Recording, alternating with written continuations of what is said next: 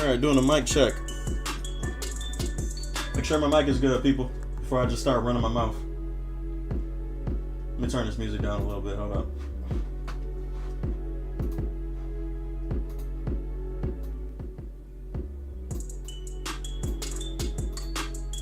There we go. Razuki, what's going on? It is a long time no see. What's up? Magic rounds, what's going on? See, I'm not. Make sure I got everything. As you can see, I'm like 30 minutes late, man. I'm 30 minutes late. I had computer issues, like always. That's part of the JTC charm right now. Is my fucking technology issues. All right, let's get it. This shit gonna be fun. It's gonna be quick too, cause Faye is easy.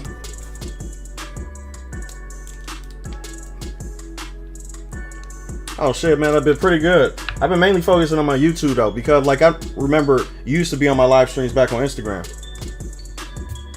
So yeah, just YouTube only, man, for real. Like that's all I've been doing, cause apparently Instagram is, you know, treating me like a stepchild, like they don't know me no more. So I left the crib, man.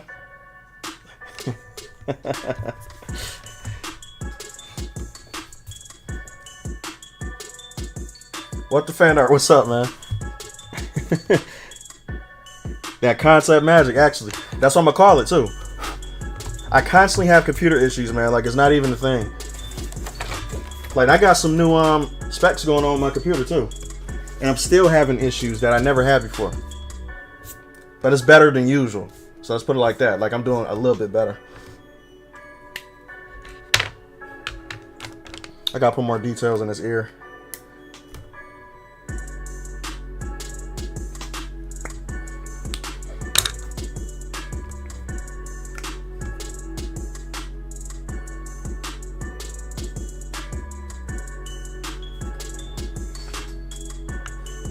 Jesus Christ. Yo, is anybody super tired today, man? Like, this day has been, like boring and, like, dragging. It's fucking raining outside. It just feels like it's just ugly and just muggy. I didn't feel like doing nothing today. Only thing I've been working on is this project that I got coming up, which you guys are probably going to like, too. I got 2 characters in there that y'all really, really going to like. But other than that, this day has basically been inside the house.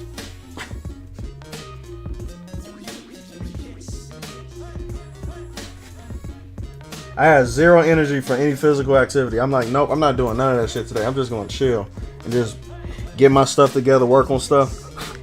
But fuck going outside. He said, yeah, it's been tired today.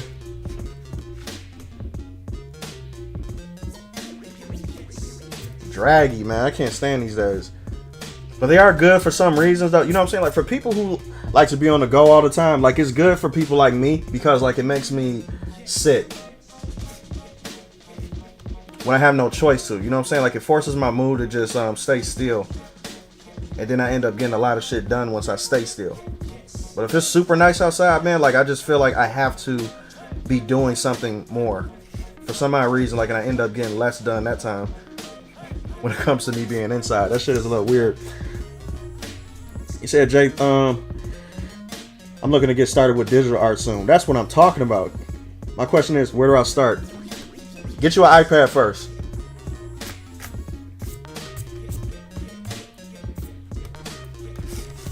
Get you an iPad first. Download Procreate. Practice on that. Learn the systems. But learn how to draw like in this medium first.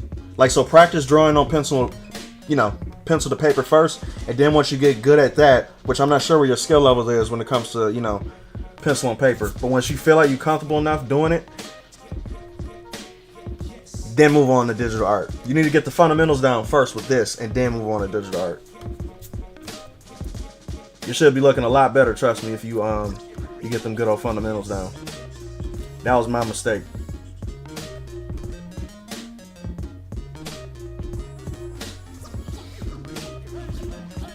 Yeah, but get you an iPad.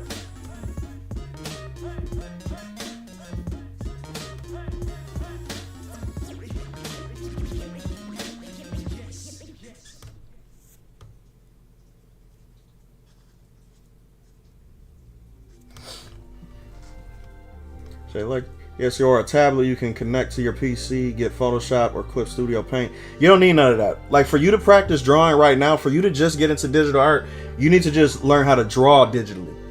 The best platform to be on right now, like, and I'm telling you from personal experience because I had everything underneath the sun. The best thing for you right now, get you an iPad and get you Procreate. That will teach you everything you need to know.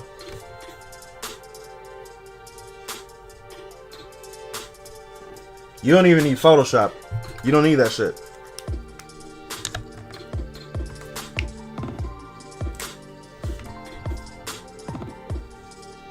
That's a waste of money, actually, because you have to pay for, a subscription to the Adobe Suite, and that takes up a lot of fucking space on your computer. When you could just have it separately from your computer, and then just draw it digitally that way, to where you have an iPad and you can just go basically anywhere.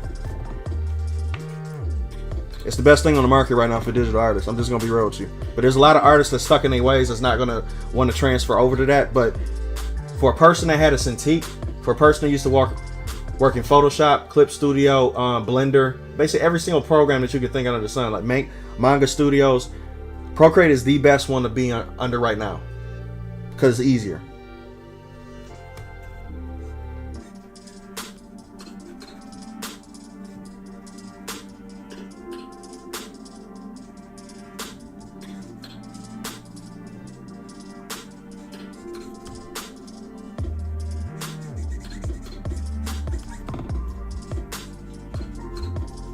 Just my opinion.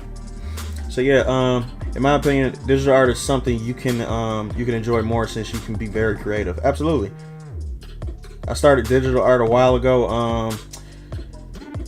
At first, I would draw on paper, then take the picture and draw over it. See, that's the best way to do it. See, that's when you like establishing your fundamentals and implementing it into the digital space.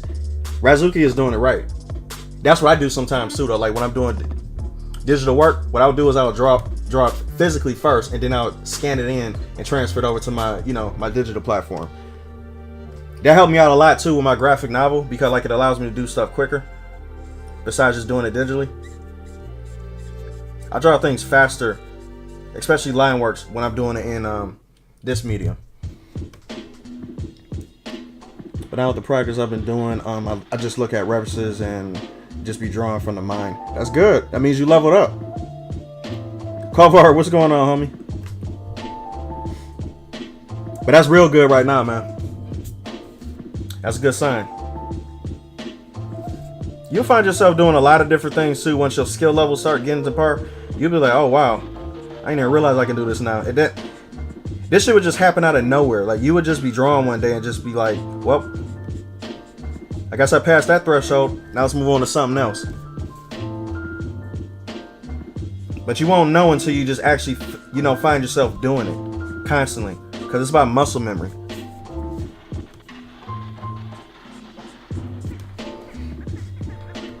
Photoshop was very easy for me to learn digital art because I already had experience with it in commercial art. That makes sense. Making product photo edits and compositions.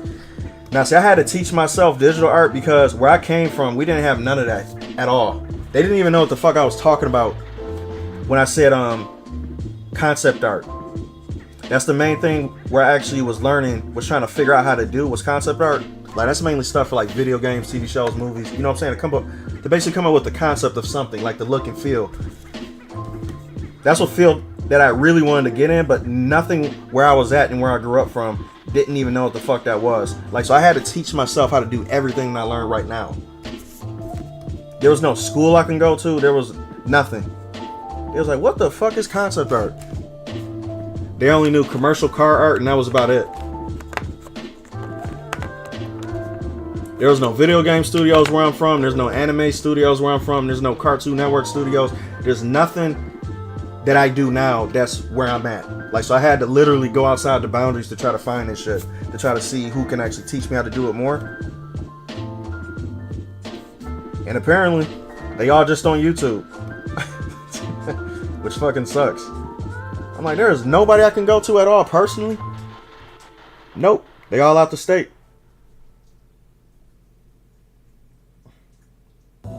So yeah.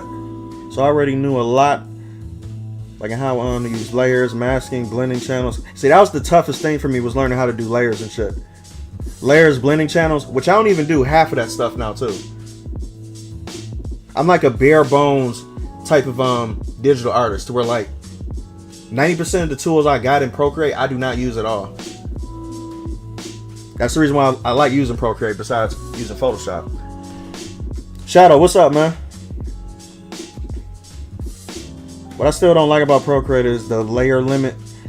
Well, that's because of the smaller RAM that you get. You know, with the with the personalized, travel tablet. You're not gonna have that many layers that you can use for that. Which I actually like, because it teaches me how to stop doing unnecessary shit.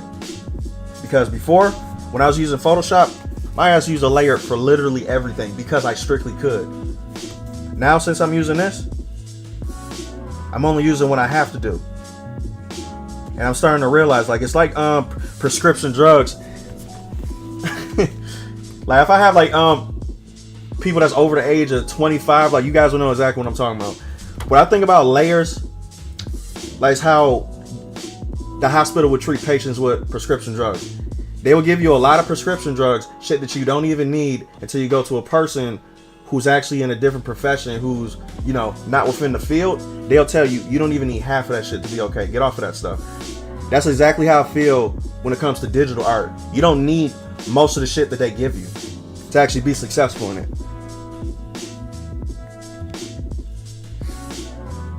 That's what I learned by using Procreate, though. I'm like, I don't even need to use all these layers. What the fuck am I doing?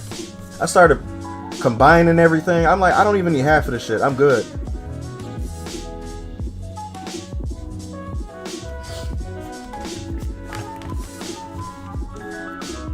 With a PC, running the software on that with lots of software choices, and if the PC is good enough, no limit to your layers. Absolutely. That's how, like, I did that animation project that was on my that's on my YouTube page.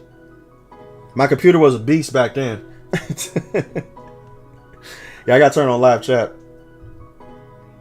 That's if I already do got it on. There we go.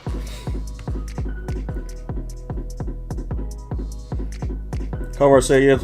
When this is done, I'm buying it when it drops on the website at 100%. Hey, appreciate the business, man. Let me try to make it as good as possible then. I'm gonna go all out for you then. But yeah, that's how it works with Procreate. He said, yeah, I like both Procreate, like an Abyss Paint X. That's the only one I haven't used. That's the one that Mizu used, I think, right? Both are different, but it's difficult to learn. For some reason, what's the name? What's that other platform that I use right now for my manga? Clip Studio Paint. Clip Studio Paint is super difficult for me to learn. That's because my brain takes a long time to learn something brand new. Like, it takes a long time for me to pick it up. But once I do, like, I just got it through muscle memory. But I only use Clip Studio Paint for what I use it for, and that's it. Like, I just use it for the black and white, the different manga panels that you can use, plus the measuring system that it got when it comes to coloring stuff. I love that part of it. But Clip Studio Paint, like, you literally can do entire projects like how I do in Procreate, but I just don't know how to do it that well in that platform. I gotta sit down and teach myself, but I just know it's gonna take a long time for me to learn, because my brain, you know how my brain works and stuff.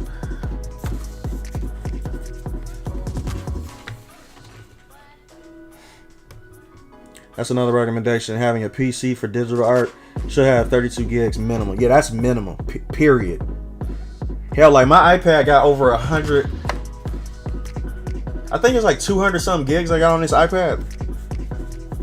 I got an unholy amount of gigs on my iPad. Like, it's ridiculous. But I need it because of all the shit that I use it for.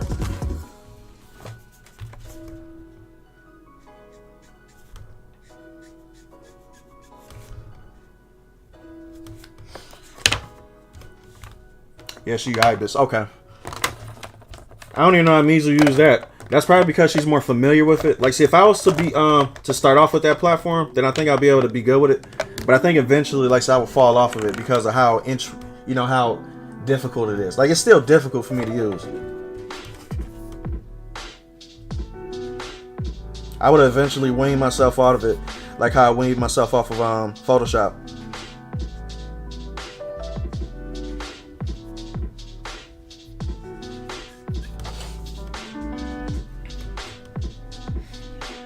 Anybody wanting your PC art software without the Adobe cost, Clip Studio Paint is the best choice. Absolutely. I got Clip Studio on my phone plus on my iPad. I use my phone for like a companion piece for it though. To where like I can change my layers, I get to build up my brush size. It's pretty sweet like how like Clip Studio like allows you to use your phone for like a companion piece for it. But you have to pay it separately, which is kind of stupid. But the functionality of it though, like it's just cool. Like it just makes sense. It works.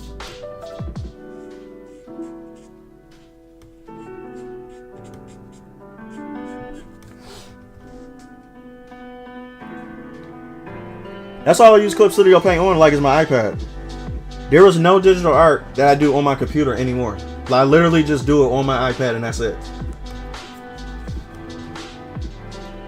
Because it's convenient too. I get to take this to work. I get to take this everywhere.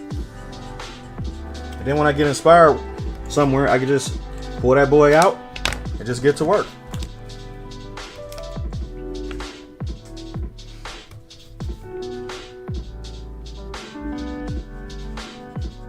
I think Photoshop too got an app that's on the iPad as well. Like, so you can download Photoshop, the full Photoshop thing that's on your iPad as well. That's if you do not just want to use it on the computer though. So, you know, like if you do get an iPad, you still got plenty of shit to work with. You don't have to just use Procreate. They got Clip Studio plus they got the full Photoshop.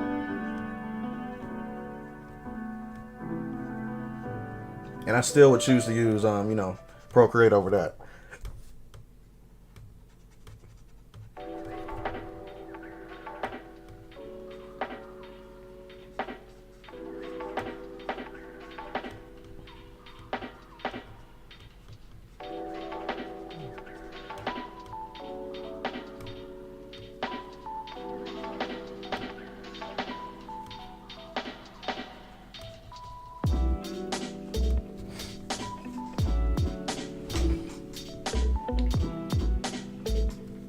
Oh, y'all been missing out, man. I'm gonna try to have a stream to where like I stream me doing my graphic novel, but I just don't want to spoil shit because that's something that I've been wanting to do. You know what I'm saying? Like a tutorial just to show how I do my my manga panels. You know, like a Clip Studio Paint.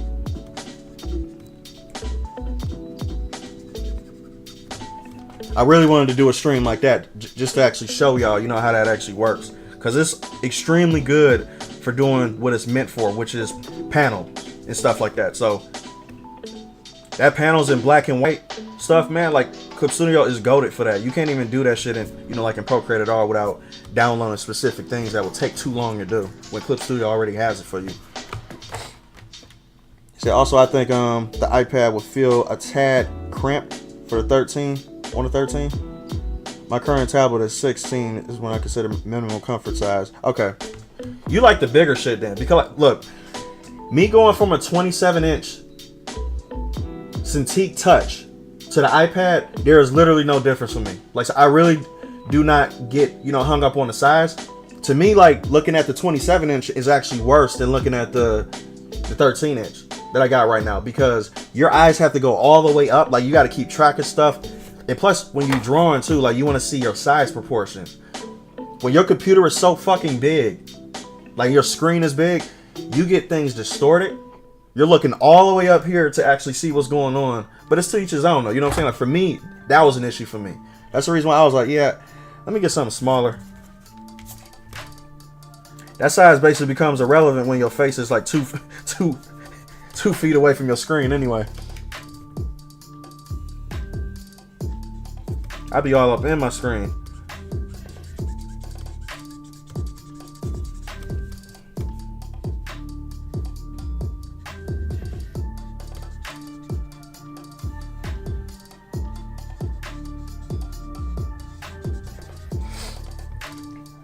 Justin, Justmin. How the fuck you say your name? Mindy Tom? Let me just call you Just. Just, what's going on? From Bangkok. Jesus Christ, that's around the world.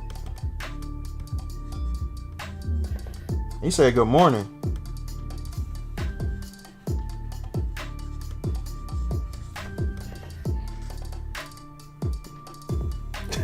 Thank you for breaking that down for my illiterate ass.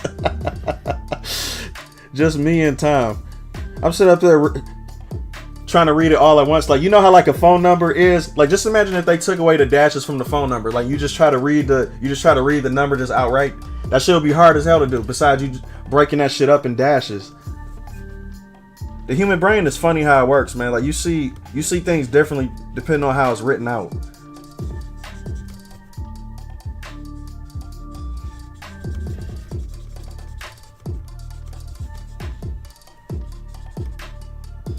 Shit is too funny. Said, of course, Procreate is made with an invisible UI. Everything made up to pop up. Yep. When you need it. Whereas in Photoshop, you used to having some panels always there. See, I'm a simplistic type of person.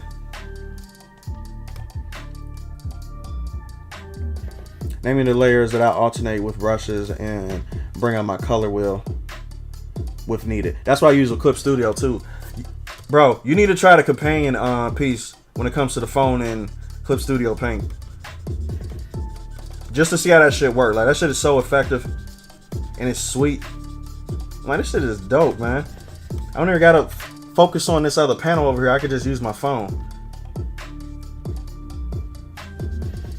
I think basically Procreate really needs to come up with a companion app, just like how Clip Studio do. I don't know why they don't have that anyway, because this is strictly an iOS platform. So it's like, why don't you create a companion piece with this as well? I'm actually sending that in to see if they're gonna do it. They should.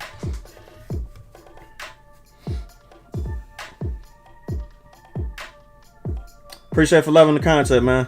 Just me and Tom. Did you just see an ad? Yeah. Yeah. They got me in that monetization platform now, Razuku. There shouldn't be too many because of how I set it. I set it to where it's limited ads too, like, so it's not going to disrupt anything. But it shouldn't have gave you anything when you're within the live stream. Like, it should have just gave you that before you came in. So I don't know why I did that shit when you was still in here. I don't like that.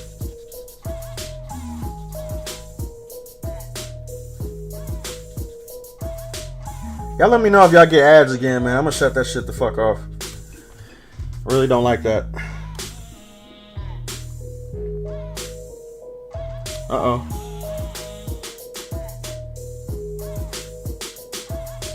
I see a buffering right quick. Hold up a second, y'all.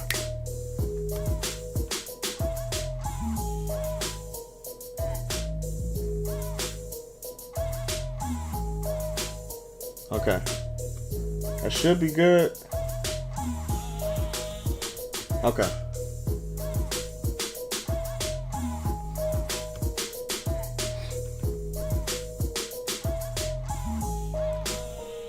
I was just thinking about doing digital art on my phone and see if I like it before I get an iPad. That's not going to even compare to what you're going to be doing on an iPad.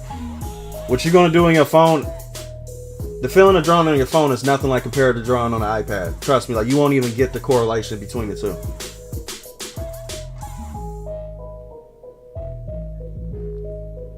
So if you was just going to dive into it, just get an iPad. Trust me, like, you're not going to get the same feeling just doing it on your phone. I just mean it's more efficient when you don't need to bring up tools and menus, just having them. That's why I learned shortcuts and everything too. Like, so I know shortcuts to basically every single thing that I use within my thing. That way, like, I'm not pulling up shit, because I hate menus. I can't stand, doing that, looking for stuff. That's the most boring thing to me. So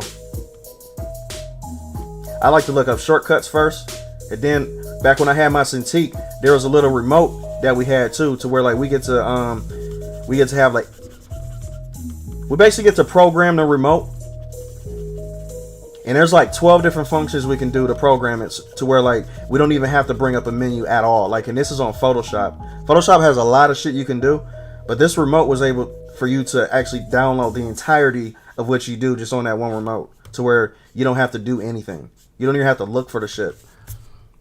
So making stuff simple is actually very, very smart. Especially if your brain is limited, kind of like mine. I need shit to be simple. I don't need to be looking at menus 24/7. Also, my question was more about what aspect of drawing should I learn first? Should I draw shapes? Well, it depends on what you like drawing. Do you like drawing people, humans, not humans, like organic things, non-organic things? What particularly do you like to draw? Because I could tell you to start with anatomy first. So if you're drawing with anything human related, practice on anatomy mainly.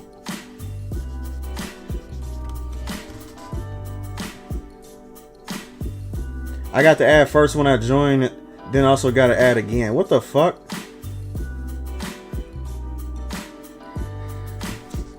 You still make the same amount of money when you have the the advertisements going in the beginning. Cause if they do it like during the middle, then that's just fucking up the experience. That's not what I want to do. I'm gonna turn that fucking bullshit off. Hold up. There we go. Yeah, I'm turning that shit the fuck off. There we go.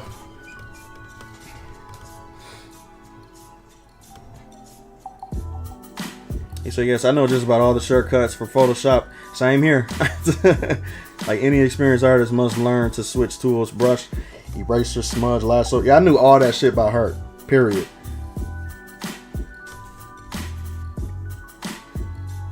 Okay. So since you like to draw characters with backgrounds, which I already know what type of artist you probably will be then. Start with anatomy first. And then what you need to do, like after you start doing anatomy, you need to start doing scaling. Because when you start doing backgrounds, you're going to have to learn how to implement your character through perspective and everything to fit your background. That shit's going to take more time, but it's going to be worth it when you actually get to that point. That's what I had to be at, of course, since I'm doing my graphic novel, because I'm doing like backgrounds and everything too. Then I got to have characters be accurately fitting the, the scene and stuff like that. Like it becomes difficult. But once you do it a lot more times, that shit just becomes second nature. It's like nothing.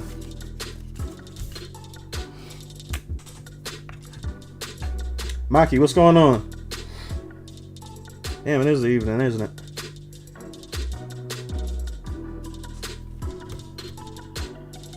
I didn't start drawing backgrounds, man, until probably 2017. Like, I've been drawing characters my entire life, but I never drew backgrounds at all because like I was so intimidated by it. But once I started to do it, what I realized was once you learn how to draw people, you know the height of certain people, you know how people fit inside the scenes and stuff. That's like another tactic on its own to where you actually learn how to do that stuff. Backgrounds are gonna be fun once you learn how to do it, man.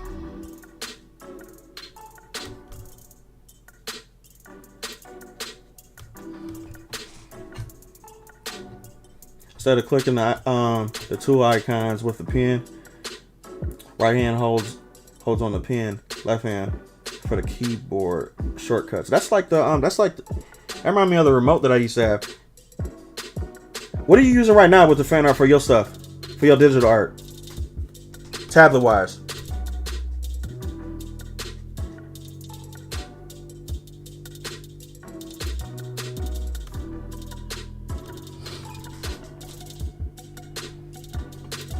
Yeah, but even with the shortcuts for which tool I'm using, still need my layers visible so I know which one I'm working on and where I need to move to for the line art and coloring.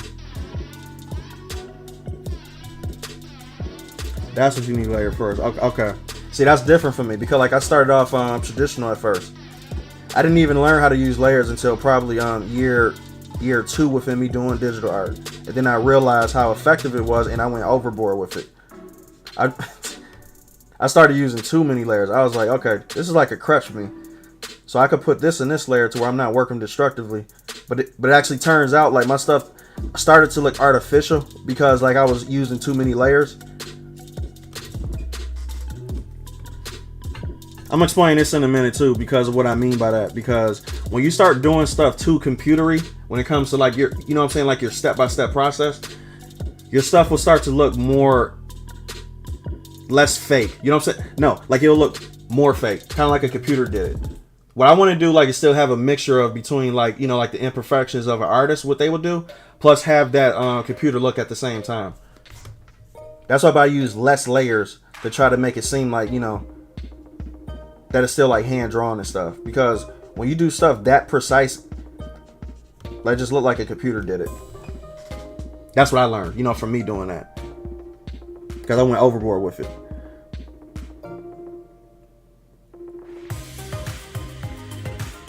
He said, yeah, it's a good thing my dad gave me the bodybuilding encyclopedia. So I have a lot of references for anatomy. There we go.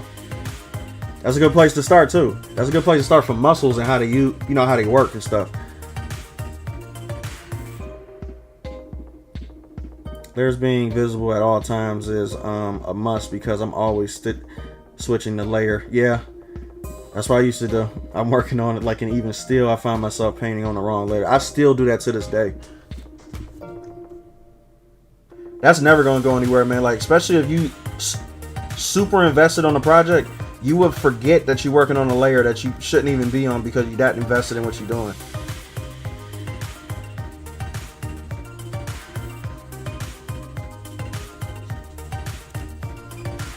That happens all the time. Backgrounds I always find, I'm always doing traditionally. Oh, good for you. Jesus Christ. Now, that's something I couldn't do. But I know, like, it would be easy if I did do it because, like, painting a background is easier than drawing one. Because painting, you get to use colors, different, you know. Well, plus painting too, like you have the benefit like of having the brush do the texture work for you too as well. So you get to use you get to do like most of the background just with the textures of the brush itself. With digital art, you gotta replicate that shit, which is harder to do. So that's why, to me, like, I would think that doing the background would be easier traditionally, like with paints and stuff like that, than it would be digitally. Because you would have to artificially do textures. And just saying that just lets you know exactly how it's going to look if you do it that way.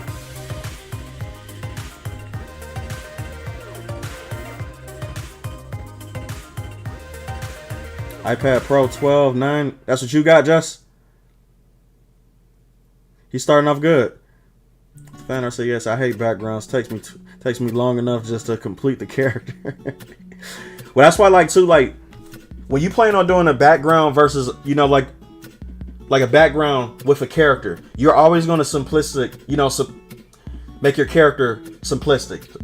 So you're not going to do it as much as you would do, like, when the sole focus is just your character. When you're doing a background, you need to make sure the background fits the character aesthetic too, as well. You have to make sure everything fits. That involves doing less detail because, just like with video games and stuff like that, right? Like how they render characters and stuff. When they have a background scene, the character is going to be the lower polygon version of it. Besides, when it's like a portrait view of the character, that's going to be a higher polygon count. So it's the same thing with art. When you're doing stuff more than just the character in the scene, you're going to lower the detail. That don't mean it's going to look worse. That just means it's going to fit the picture. You're supposed to marry them. Marry those two together. I don't know why my shit is actually spazzing out. Hold up a second, people. Why's my shit stopping like that? Okay, there we go.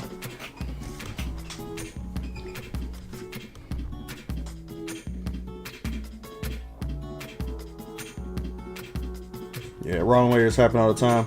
He said, so I never stop brushing as I adjust the brush size. Me too. I just turn that wheel, but that's what happens too. Like when it's easily like available to you too as well. Because before you knew all the shortcuts, or you set up your shortcuts, you're going in that bitch manually to actually make your brush size bigger or smaller. And that in turn allows you to look at things more. You're not just going to get invested. But once I get super invested, I find myself coloring on the wrong layer all the time.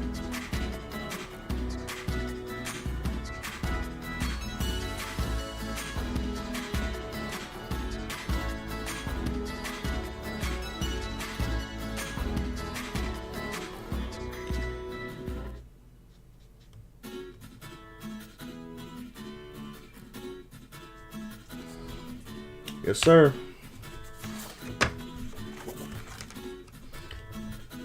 Yo, is this shit buffering for y'all still, man?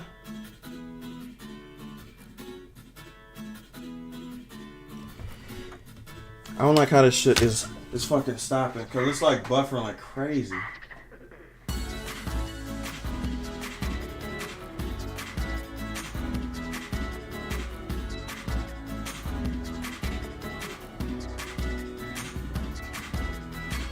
Okay.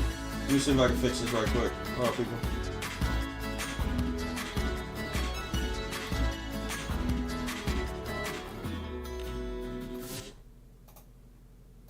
Bring it back. There we go. Okay, so it should be good. No, come on. Okay. There we go.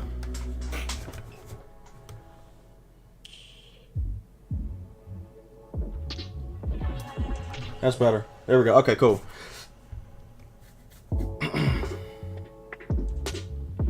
Just a little. See, I can't find my stylus. Oh, shit. You mean for your iPad or for what? Because that's like $100. That shit is expensive.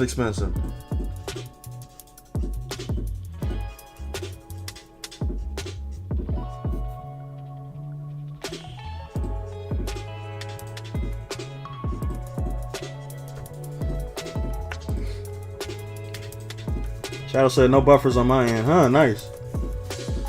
I wonder why it was showing on mine. The fan art said, yeah, see, even without the without a shortcut dial, I know the shortcut, the keyboard shortcuts for brush size and yeah, that's simple. Yeah, it's much more natural than just doing it. But you know what my controller had? Like when I had the Cintiq, it had this dial thing to where like you get to, like it's like touchscreen to where you get to make it bigger by rolling it, and then you will roll it backwards to make it smaller. That shit was the most effective thing that I ever had though, which I kind of miss. That's the one thing I do miss about my Cintiq, is that controller.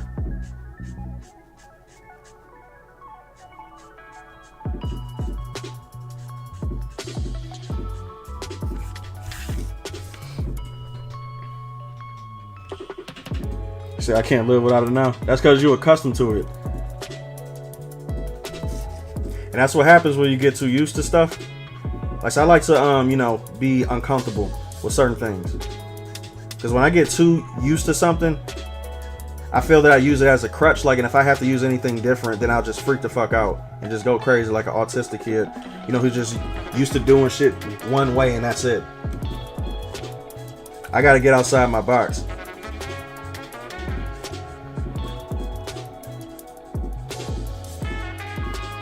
And it took a while for me to do that, man. Like, it's not easy.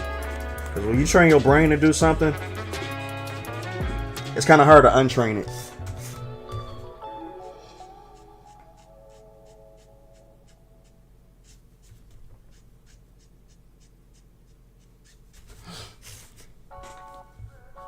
He said, shit, I don't have an Apple stylus. I'm not that rich. These things are expensive, man. But even the Wacom styluses are even more expensive. The Wacom styluses, I think, cost just about the same as the Apple one.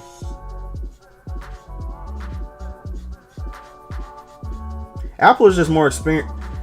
It's just like way more experience. Not experience, expensive anyway, because of just their name.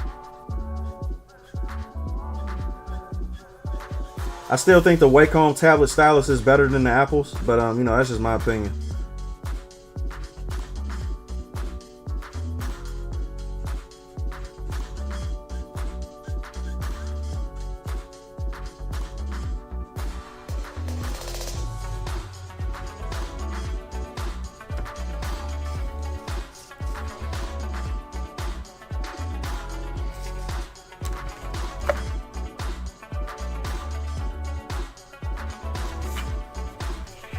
Oh no, not uncomfortable like that. That's discomfort. I just like to be less comfortable. Let's put it like that. But I don't want anything that puts me in discomfort. That's just like that's like suicidal shit. Shit, sitting on razors on the toilet. I just make use of the factory stylus that comes with both my tablets. I'm a simple man. That's how I do it too. I don't particularly change too much when it comes to the factory settings of most things I got. And that's because, like, if I do tend to mess with stuff, I would kind of forget how I got there. And then I just fuck it up. I'm like, I should have left it alone. I'm not an experimenter type of person when it comes to, you know what I'm saying, like using things that I see work. When I see things work a certain way, I'd be like, okay, there's no need for me to touch it. That's how I was with Photoshop. There was a lot of things that I just did not learn to do because I just realized, because to me, I just find it pointless. Like the masking tool. I never really used the masking tool at all when it comes to Photoshop stuff whatsoever. But I know everybody who's a Photoshop user, they do use that. And they be surprised when I don't use that stuff. They like, you don't use the masking tool? I'm like, nope. I couldn't even tell you what it does. I'm a very simplistic type of person. A minimalist when it comes to you know, functions that I need.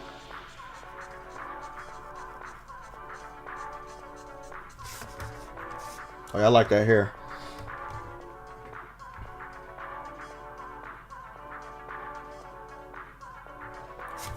Oh, the pressure settings? Yeah. What did I have to do that on? I think I only had to do that with Photoshop and that was it. Like, that was for my Cintiq. Because you had to set up all that stuff. You had to set up the pressure. You had to set up your commands. You had to set up your, you know, your shortcuts. Whether your points were accurate or not. It was weird. I didn't like that part. But once I got it actually set up, it was cool then. But it still took me a long time to even get that shit actually set up to get it to work.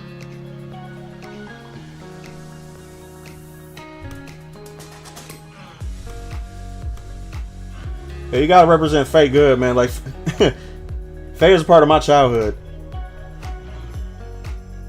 Cowboy Bebop, man, that shit is a classic. So I was kind of pissed when they did the Netflix series like that. I wish she was made. Nah, they should have waited till Cowboy Bebop came out after the One Piece era, because most of the adaptations completely right after that era, they was all good. So Cowboy Bebop was born back in time where the adaptations all sucked.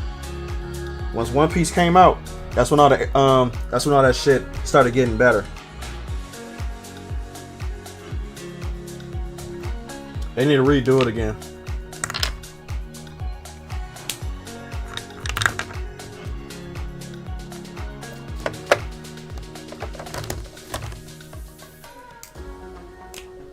Yeah, they definitely got to redo it.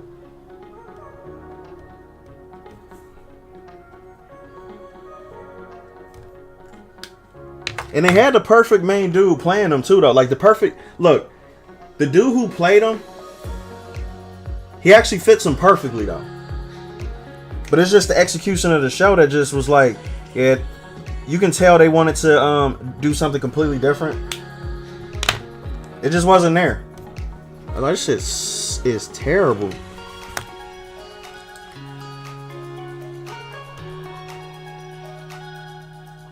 Yeah.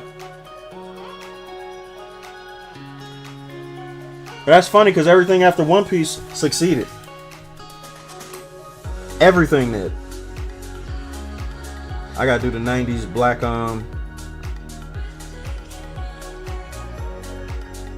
There we go.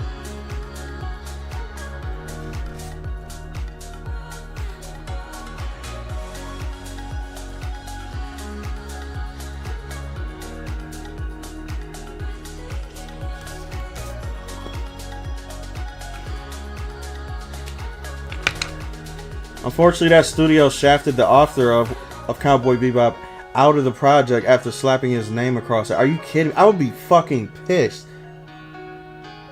That legal shit, man. See, that's why they need to all do business like Oda, period. Because like he was the one who did it perfectly, to where they couldn't fuck with his shit, they couldn't mess with his project.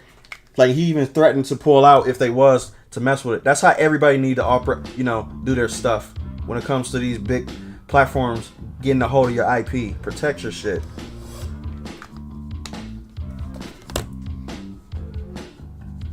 That's fucked up.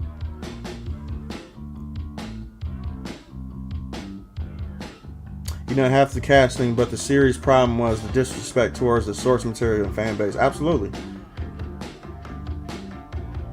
Never had a say at all. That's crazy.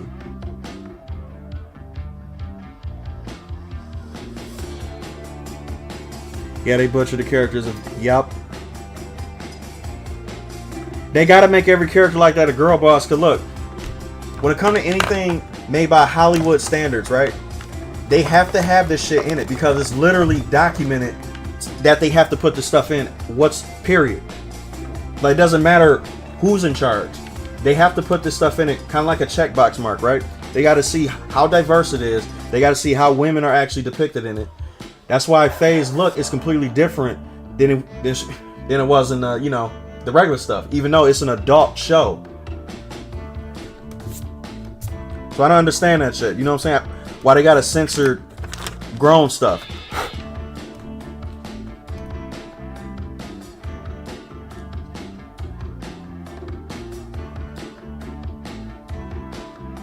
Worst mistake a studio can ever do is disrespect the source material and its creator. Absolutely. Because guess who's gonna know before you even air it? The fans. The people who actually watched it before are gonna pay attention to that shit before you even release it. And then we're gonna be like, hold up, something ain't right here. And then the word's gonna spread. And then everybody's gonna be like, oh yeah, don't watch this shit because they don't do X, Y, and Z. And then people are gonna do their research. They're gonna figure out that the dude is actually locked out of his own project. Then it's gonna be a mess from there. Word spreads like crazy, especially during the age of the internet. You can't hide this shit no more. Just respect the source material. That's all you have to do, and then your shit will make money. It's as simple as that. Pizza, what's up, man?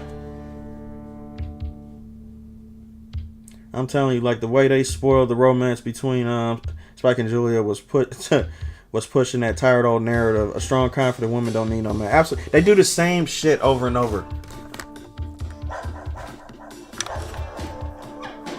They have no skills in Hollywood at all. Zero skills. What they do, just the suits don't. The people who push this shit. And then the people who actually got talent, they're shoved under the rug because they don't follow the ESG ratings. Like, or nothing that helps the company out when it comes to the ESG scores. That's why Henry Cavill is having a tough time doing what he's doing, because he's trying to be fair in an industry that does not share the same values anymore. This industry don't care about the fans. This industry do not care about nothing. They only care about what these investors want them to do. And that's literally it. That's why he's having a tough time. Because he's like, what the fuck is going on? Everywhere I go, y'all keep messing it up with this bullshit. But now he's starting to get the picture. Because he's like, the way that Henry wants to do his project is never going to get done anymore. Because the industry just won't allow it. You have to go indie. And you have to go third party. There needs to be a new Hollywood. Hollywood is straight up infested. Especially when it comes to the gaming industry too.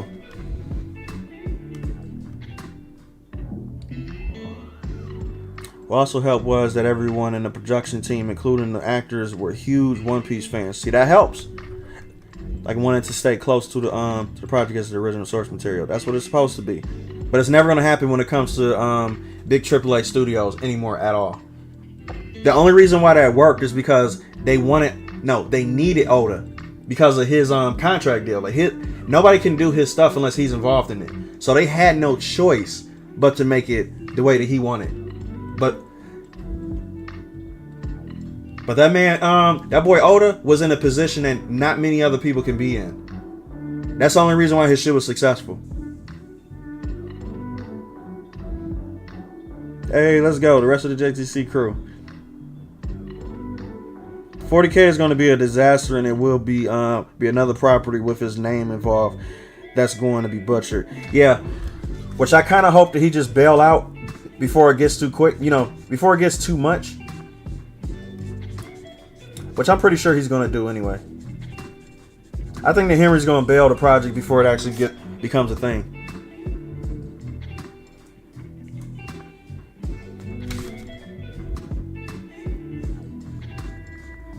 That's what happens when you actually stand for the fans, man. Like, you're gonna realize how much Hollywood actually hates you. That's why, but I say for a fact, Hollywood and entertainment do not like y'all. They do not like the fans. They do not like anybody who is a fan of IPs, projects, whatever the fuck. They don't care about that. They only care about pushing their message, and that's it. And then if you go against that, you're the enemy. That's why people like Henry Cavill are hated within the industry. They don't like him.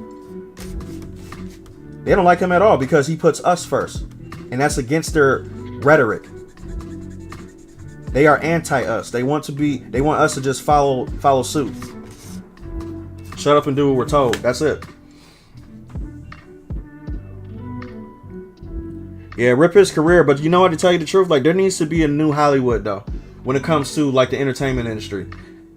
There's a whole lot of actors with money. There's a whole lot of people who have who've been pushed out of the industry, like Mel Gibson's, the like, and stuff like that. There's a bunch of actors that's been pushed out of the industry. They could come together, make their own stuff, and then be a part of like fucking what's that other industry? Like the Sundance Channel. You know, like the what's the indie production companies? Like the A24s, those type of companies. You need to be a part of those things. Come up with your own Hollywood. These actors can easily do it because they're being gripped when it comes to their creativity. They can't even do anything anymore.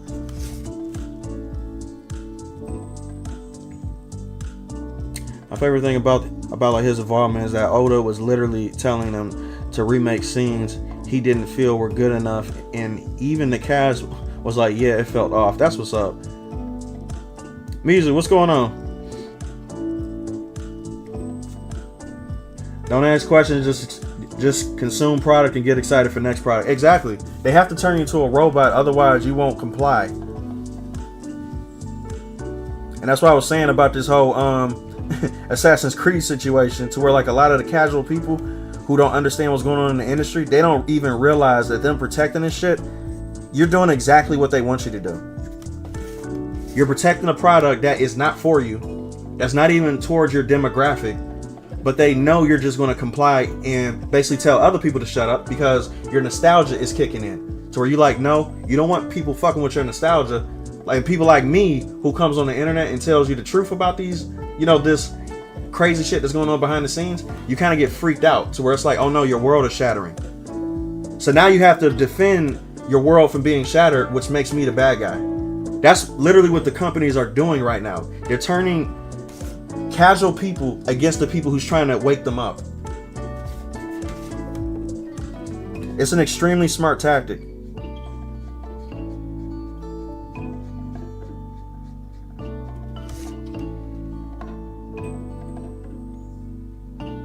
Peace out, Maki. Thanks for joining.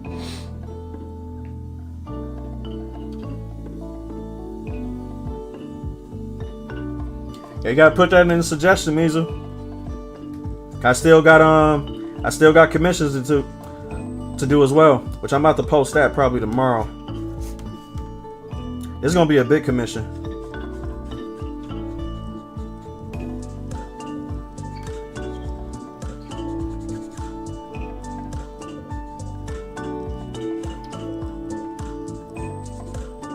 Oh, I should have.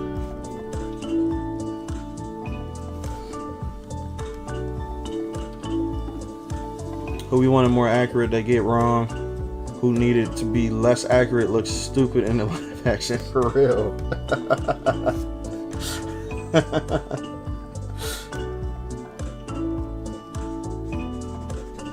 Always fuck shit up. Can't trust them.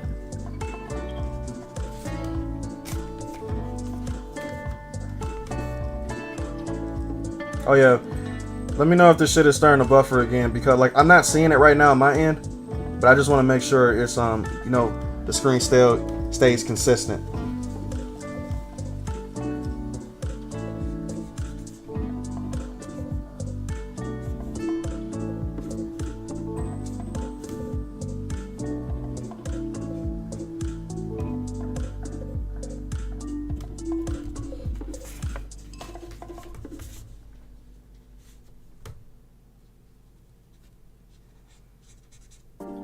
Oh yeah, I like this yellow.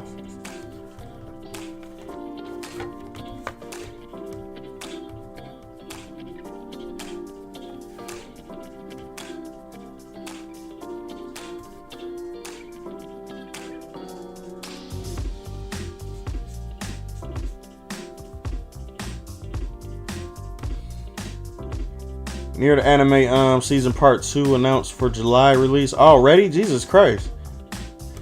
I gotta finish the other one, but like I said before, I told you what was stopping me from finishing the first one, right? I told you it was that 3D shit. It kind of threw me off. I kind of hope they go less that route the second season.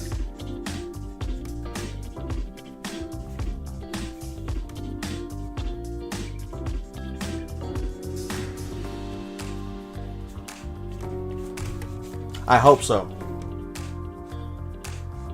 Because they do not need to do that at all to make the show look good.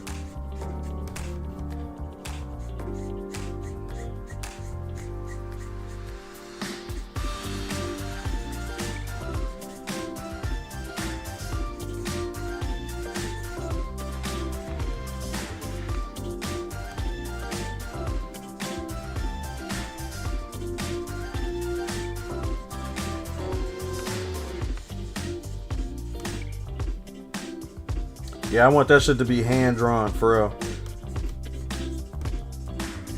It can look sometimes when they do it, though. I'm not completely against CGI as a whole. You know what I'm saying? Like, when it comes to, like, anime and stuff, they can do it. It's just how you implement it. If they implement it in a way that it looks good, then, it, you know, to where, like, my eyes is not completely thrown off when I'm looking at it, and I'm like, oh, yeah, that's just holy hell, that's CGI. Then that's just going to be, like, you know, then I'm going to notice it. Just don't have me notice it. That's all it is. That's all I'm asking for. I didn't mind it with Berserk.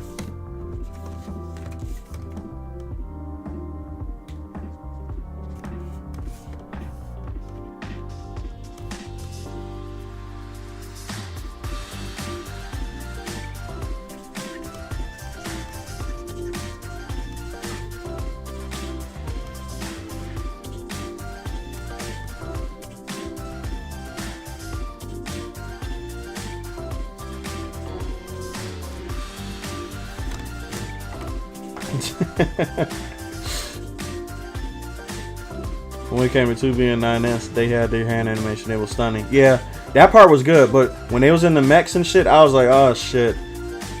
And that was the very beginning of the show too, which really puts a bad taste in your mouth.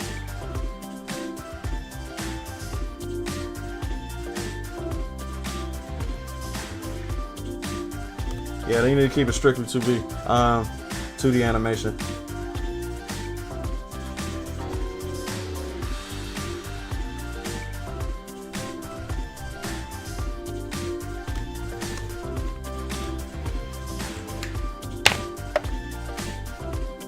Need some bright yellows for that.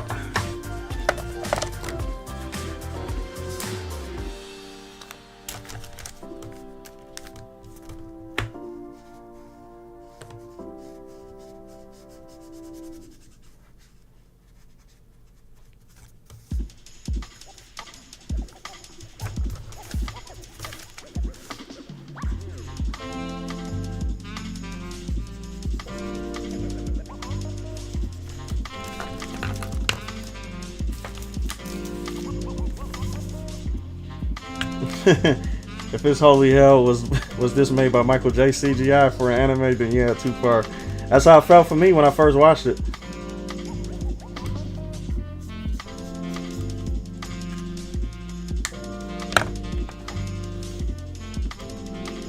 So yeah, like it was at the beginning because they're following the game sync was. Oh yeah, of course.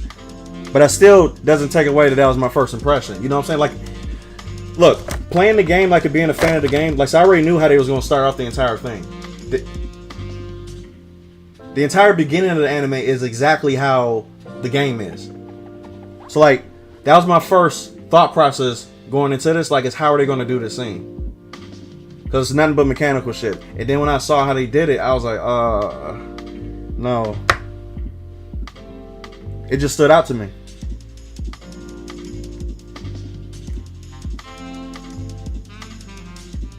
Yeah, but you're right though. Her hand animation is flawless though. Like it's very, very good. I just wish everything else was like that.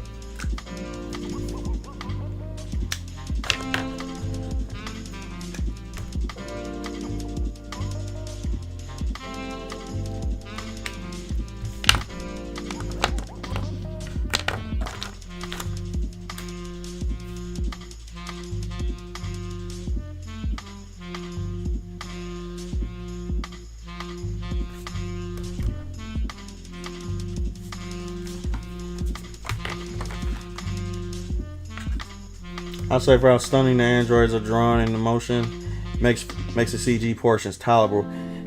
Now you know what's funny? Back when Berserk was out, like you remember like the 3 movies, right? Like the Arc 1, the you know, the golden. You know what movies I'm talking about, right? Like with the golden what the fuck is it called? The Golden Arc. 1, 2, and 3. Those movies had CGI in it too as well. The first one really bugged me because of how they did the CGI in there, but then the second one married it better. And the third one really married it completely. To where, like, you know, like so I really didn't see a difference. The Nier Automata show reminds me of the first movie of the Berserk trilogy. To where, like, it was just distracting to me.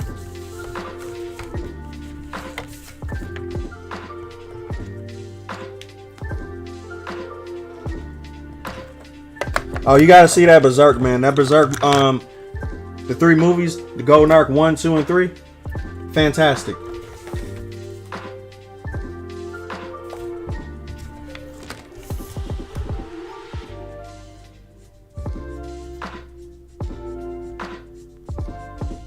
It looks good too. It looks hella good, especially the second movie. The second movie looks extremely good. The third movie just looks better.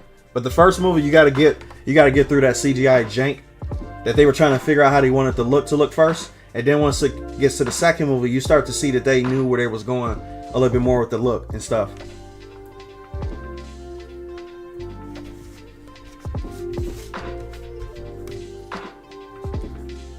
Listen to Shadow, because he knows what he's talking about, trust me.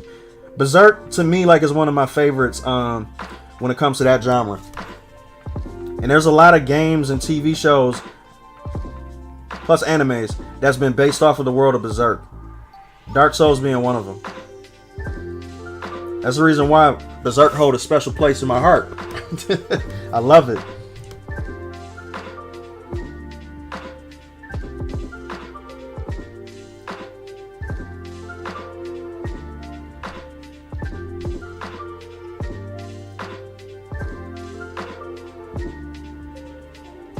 I never fully seen it, but the bits and pieces I've seen, it's dark as fuck. Yeah, now it's good. It's extremely good though. To me, Goblin Slayer don't even compare when it comes to how dark Berserk gets. Berserk is truly adult when it comes to, you know what I'm saying, like that realm of craziness. Berserk hits way harder. Matter of fact, this Berserk hits so hard that there's still animes trying to hit like Berserk did during the 3rd arc. Like, I'm not even going to spoil what happens in the 3rd arc. There's still shows and animes trying to replicate the shock that the 3rd movie had when it comes to that sequence. That's how crazy it is. And they're still not able to do it now.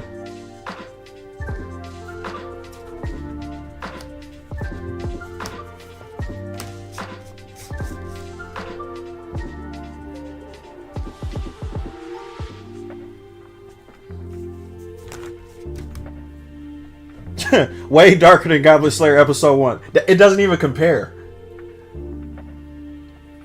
There's no comparison. Trust me. Like, I'm a Goblin Slayer head. No comparison. I almost want to laugh, but that would be disrespectful. Like, so I'm not going to laugh at that because, like, you don't know. But once you've seen it, you will know exactly what I'm talking about. You'll be like, oh, wow. But you got to watch the uncensored version.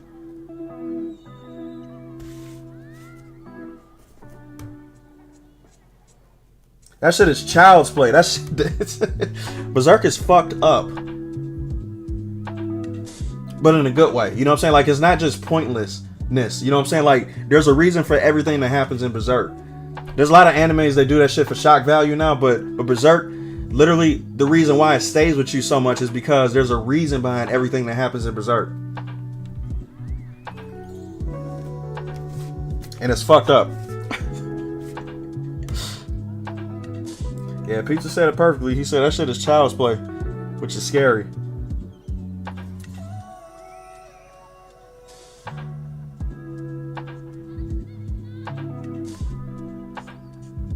Let's just put it like this, man. Like, if Dark Souls was based off of Berserk, then that should just tell you how dark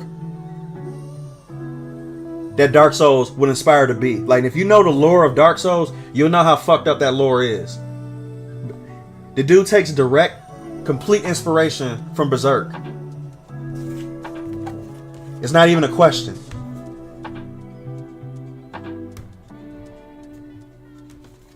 Redo a Hero is just disturbing for disturbing's sake. Like, it's not even like a good story behind it. Like, it's just disturbing. So it doesn't really stay with you too much. You know what I'm saying? Like, it's there for shock value, of course. But I'm just telling you right now, Berserk is a different animal. But it's an Ichi anime, like you said, though. So it's not supposed to be, you know.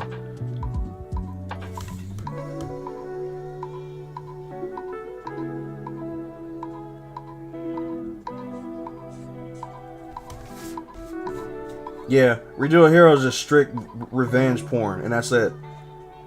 But even the parts to get to the revenge part is just purely disturbing. And it's like, what's the point? It's just pointless cruelty.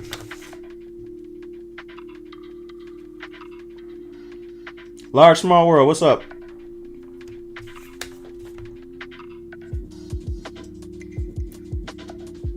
Yeah, that pointless shit, like, I really don't like it, though. You know what I'm saying? Like, I like it, you know, at first because everybody was talking about it. Back when Redo a Hero was talked about like crazy, everybody wanted to know what all the fuss was about. And then when I finally saw it for myself, I was like, this was it.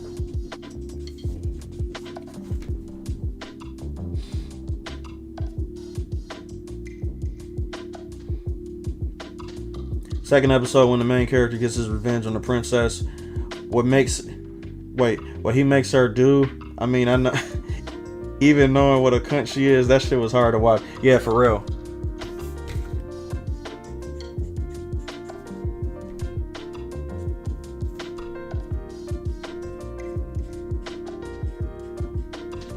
Let me put it like this. There's some shows that should have just been movies. Redo of a Hero should have just been a movie.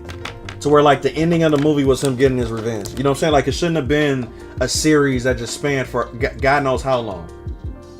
You can have a movie fit that genre very good though. Like when it comes to him getting abused, getting fucked up, and then like, you know, towards the end, when he gets his revenge, that'll be the end of the movie.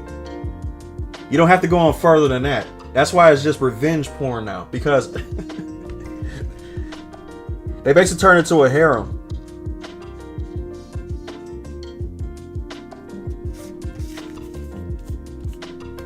Alright, peace, brother.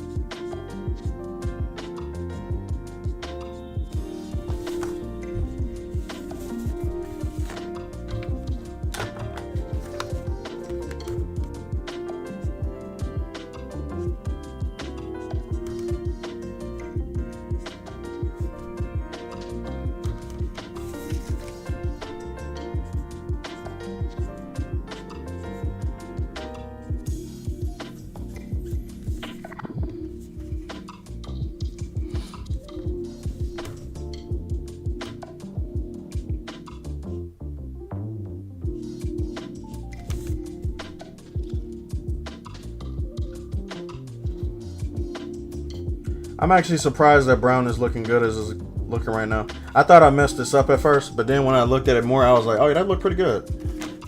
It actually looked like it fits.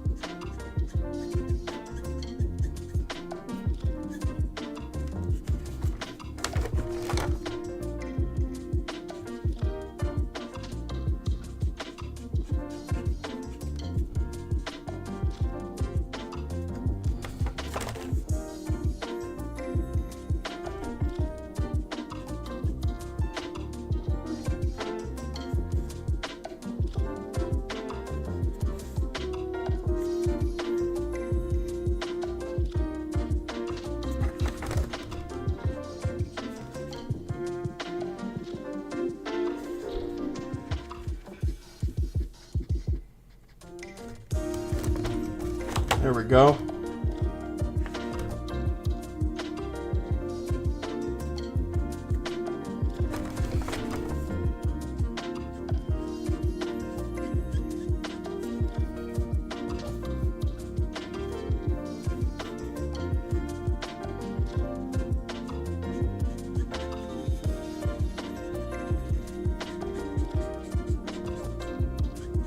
I'm gonna get a little crazy with it.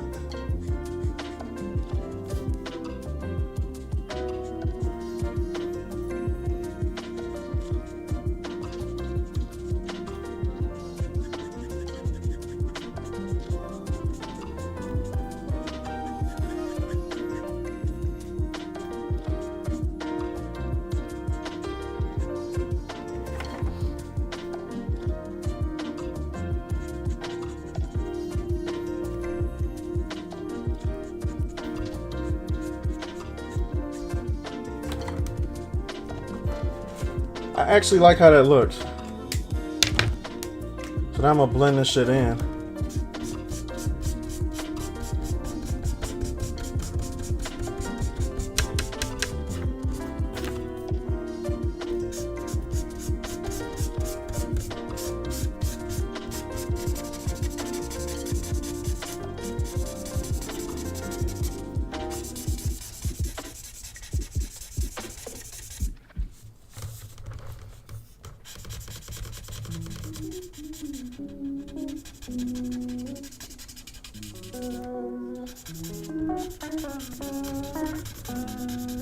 I actually ran across this a guy's channel that actually does ASMR with fucking markers.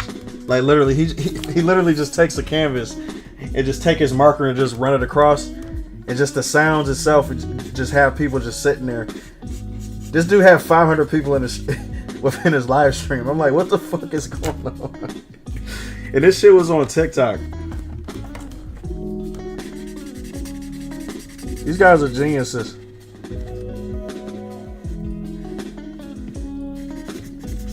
I wish I had the balls to do that.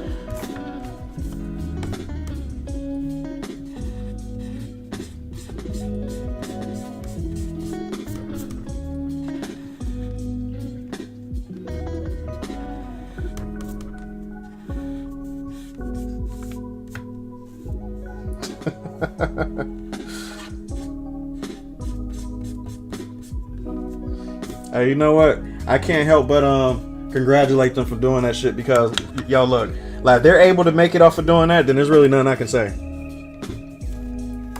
I can't make fun of them. I can't do nope. I either just hold my hand out and give them the handshake. I'd be like, bro, like, if you got 500 people watching you off of doing that shit, there's something else. There's something that I'm not grasping here. Like I'm just gonna be honest with you. Teach me. Hey, for real, they obviously doing something right.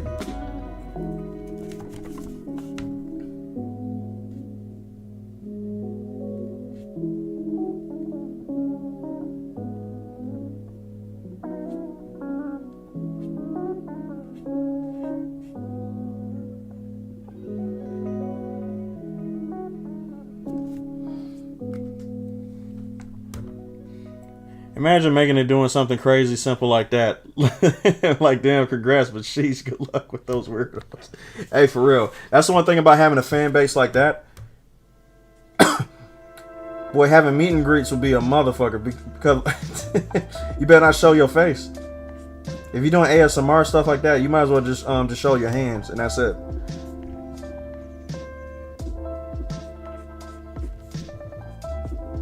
Matter of fact, I might do that too. I might actually create a channel to where like I don't show my face at all. Y'all won't even know it's my channel. I'll name it something completely different, and then it'll just be ASMR content. And just see how that works out.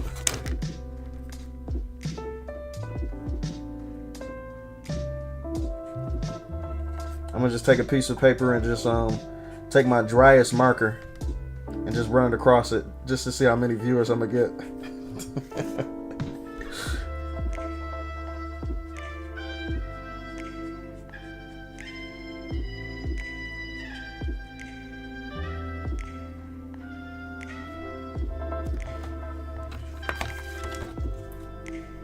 ASM marker. Hold up a second. I'm gonna have to buy the trademark off, bro. You ain't got that copyright, do you? That's a hell of a name. That's a damn good name, actually. Instead of JTC, he goes HTC. Oh man. Mattress Realms got the name right there. I'm gonna have to pay him for the copyright. Cause that name go hard for real. That's literally a channel name.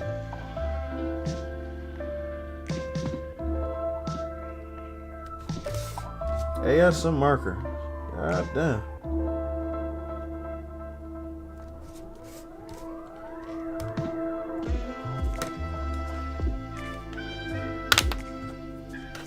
Damn, but y'all gonna know who it is then.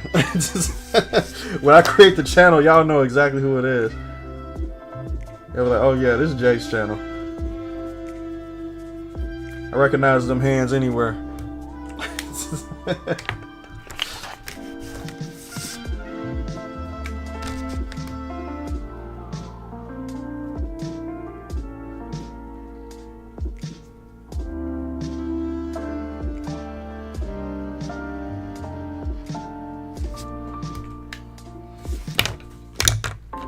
Okay, now time to actually lock all this shit in, and then I'm gonna go over this one more time, completely.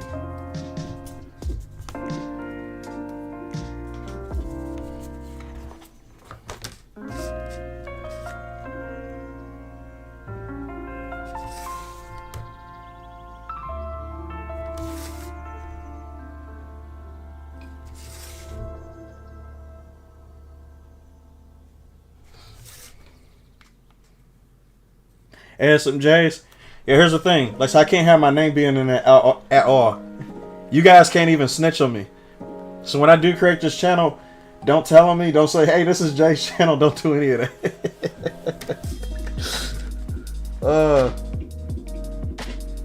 I'm supposed to be completely anonymous for this channel.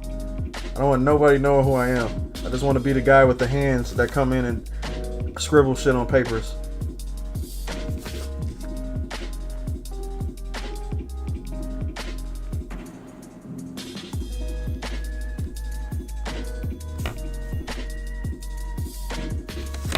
And here's the thing though, like, so I guarantee you there'll be people that watch that shit, which would be funny as hell. Jay the Art Whisperer.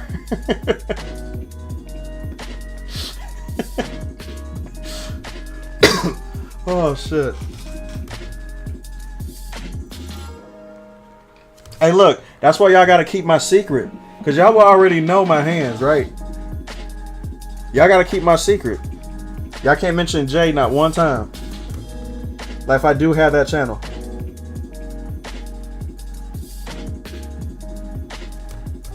I'm gonna have that shit be on the other side of the universe so you guys don't even know it's coming out at all.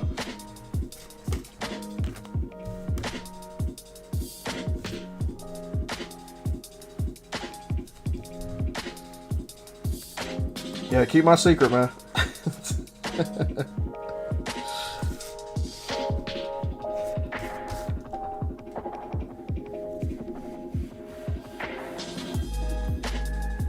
That'd be funny. In my very first video that I upload, the first comment would be, "Hey, what's up, Jay?" That shit will just ruin the entire thing. That shit will ruin the entire thing.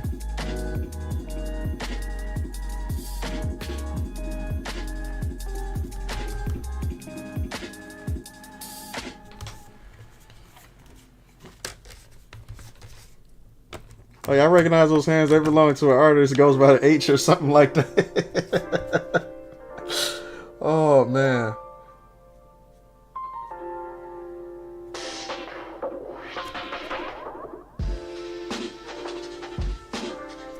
I'm actually gonna come up with that channel just to troll people though, because that shit would just be so funny. Just to see. And watch how successful that channel gonna be too, just because I'm making it off of some troll shit. It's always the ones you don't want to be successful that end up being successful.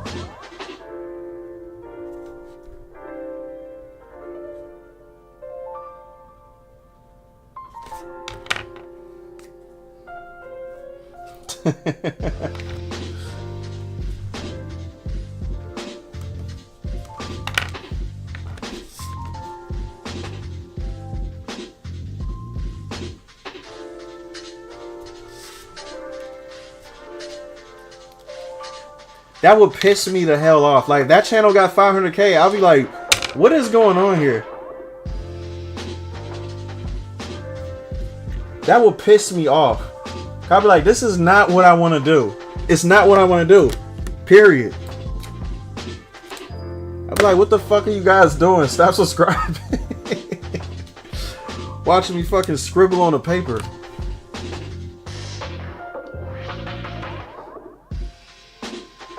I'm gonna sell the channel for real, yeah. Like if it actually gets big or something like that, then yeah, fuck it. I'll just sell it to another person who can do the same thing.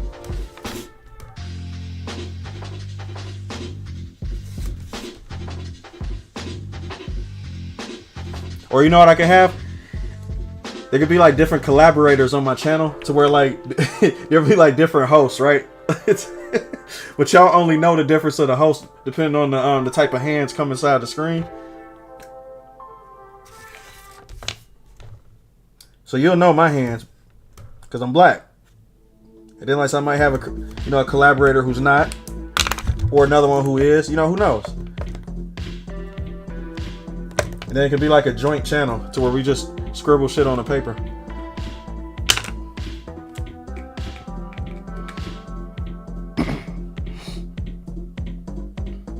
Azuki, what's going on?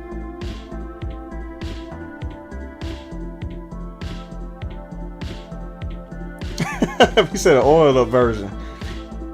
Yep.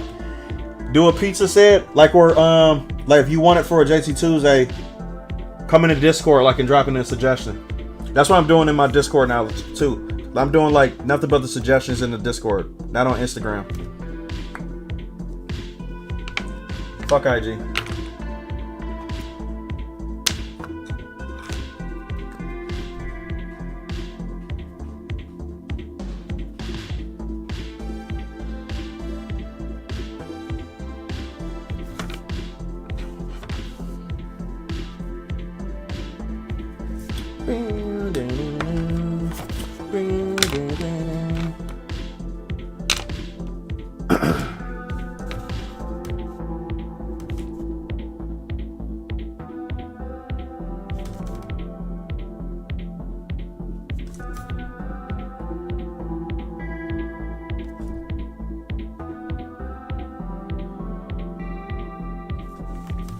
I'm gonna have to go over some of these colors again, because I want these colors to actually pop, especially the skin tone.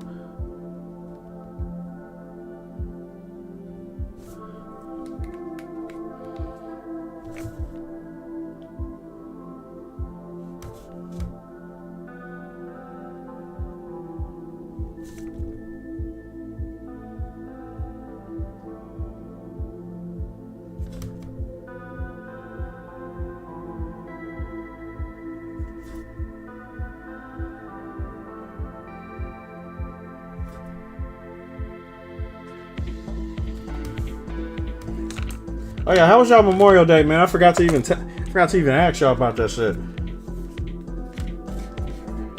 I don't even look at holidays the same anymore, man. I barely do anything about holidays anymore.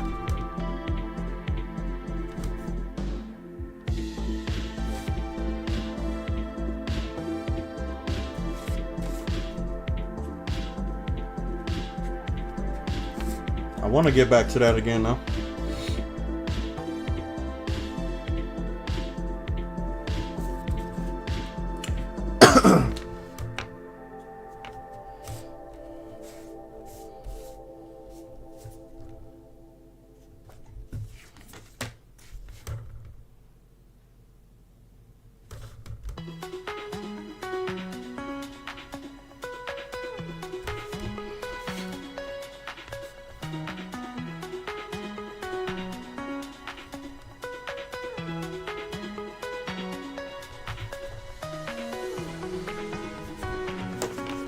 Y'all gotta tell me how Rise of the Ronin is, man. I had a couple of people tell me it was pretty good. I don't know what's my skepticism of wanting to buy the game. I really don't know what it is.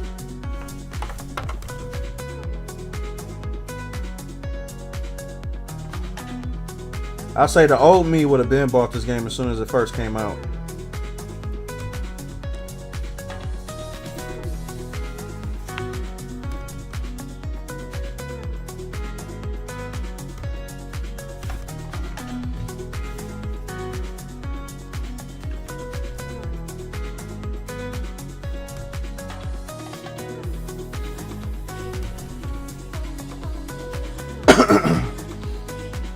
Okay, now I gotta do the her.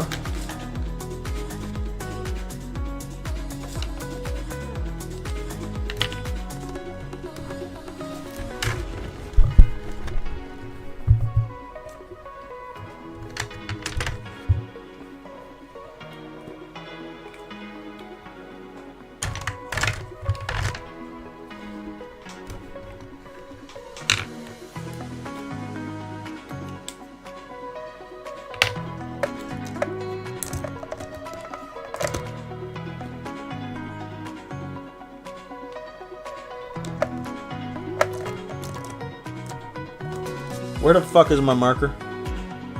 Oh, here it is. I was about to say. I was about to go nuts.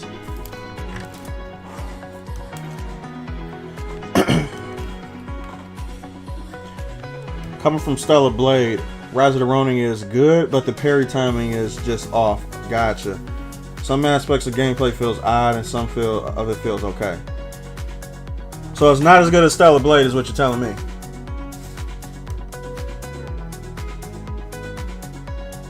But it's still good.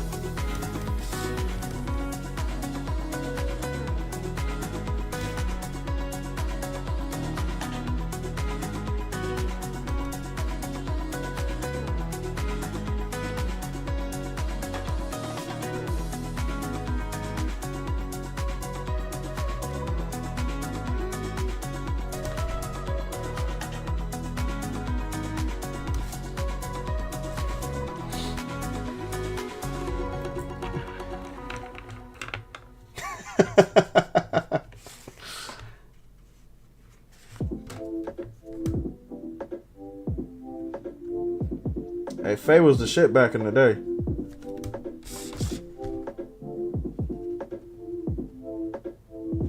I think everybody was watching Cowboy Bebop just for her. Until they was like, oh yeah, there is a story.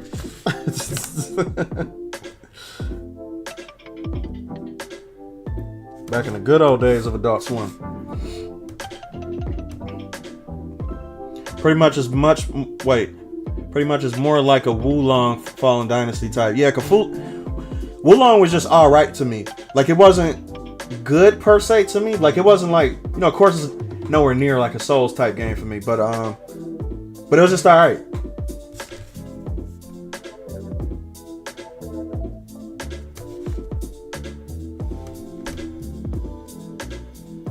So that's a good comparison.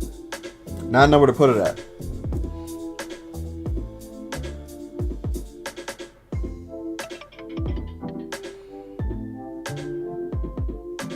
Hey, handle that life stuff, man. That's what's up. Appreciate you for coming by, though.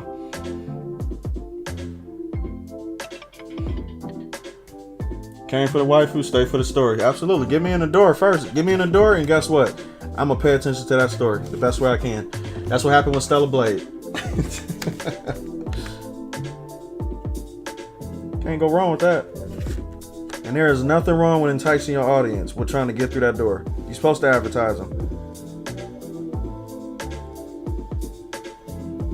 They do the same thing with women too. They be having the hot dude characters and stuff like that too to get them to walk through the door. How come it's an issue for guys to have that for them? It shouldn't be. Adult Swim had us on MILF and Cougars watch early, for real.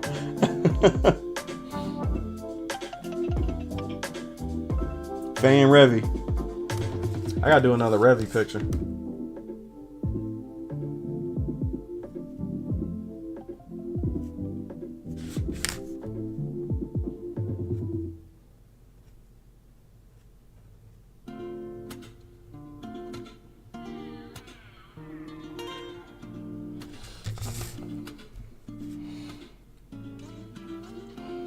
I heard the quote from Miyazaki. Anime was a mistake. Wonder what he means by that though. Talk about irony coming from the godfather of anime. Yeah, but that statement is a blanket statement. What could that mean? That could mean a lot of different things.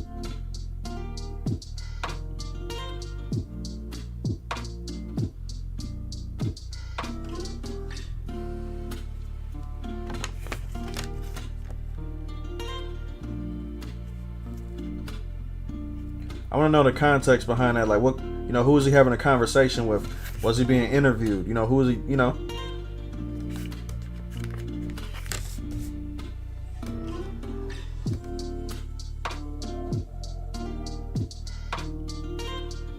Ichi was the best happy accident.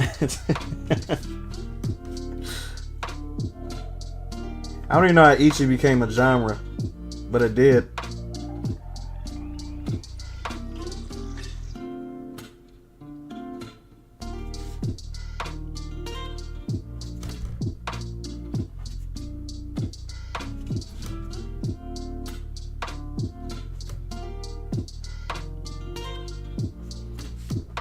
I think Ichi became a subgenre that the fans actually added on there.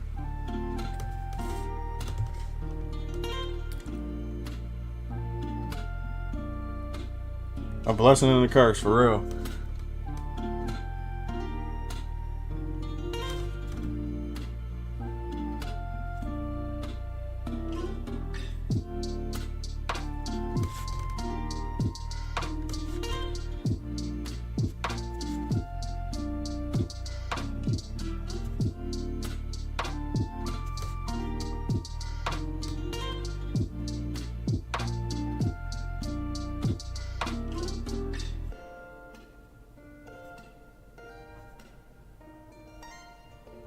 I finished this super fucking quick. Jesus Christ. It almost made me want to do more to the background. I think I am, though. Looks like High School DxD. Indeed the best happy accident, for real. I get so many requests for that show.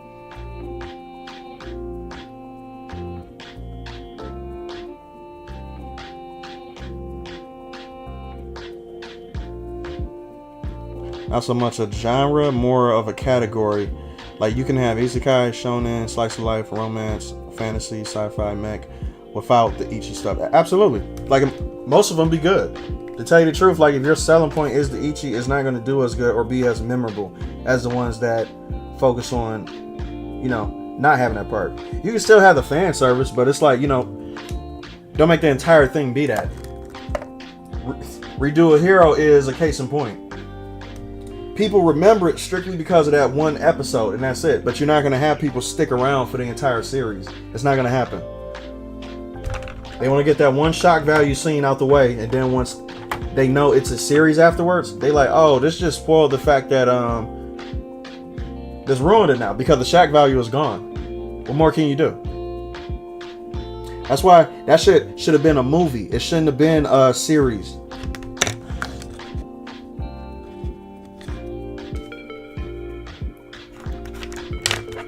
Just my personal opinion.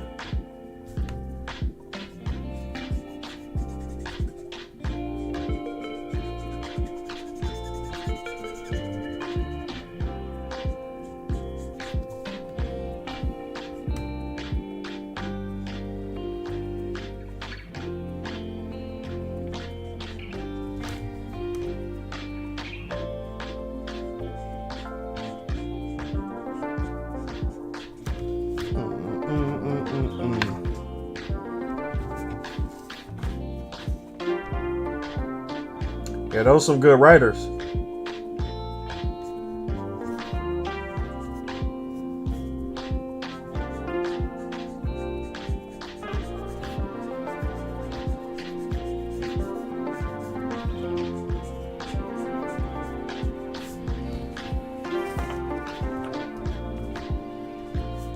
Gabriel, what's going on?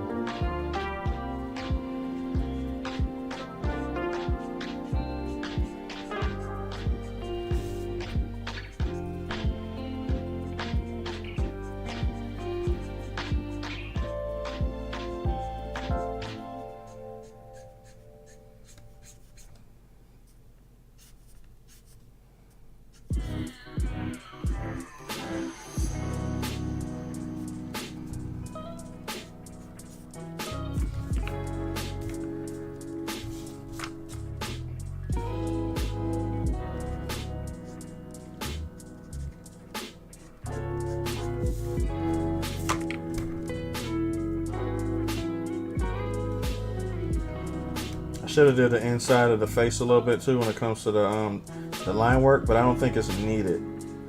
I don't think it's needed at all.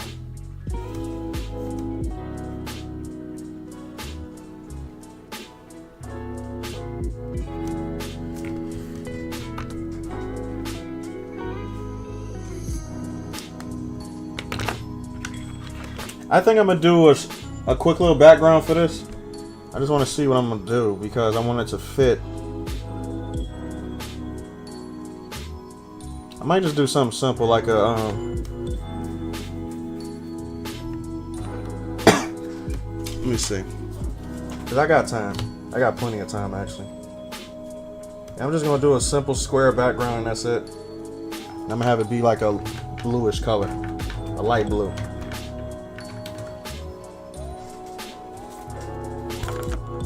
Doing pretty good, man. What's going on in your life, your jalapeno world?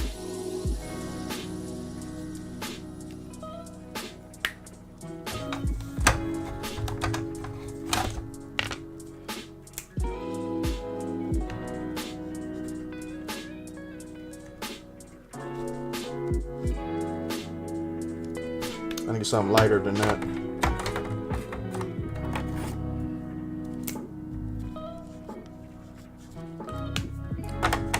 I got so many markers, but I'd never have the one I fucking need.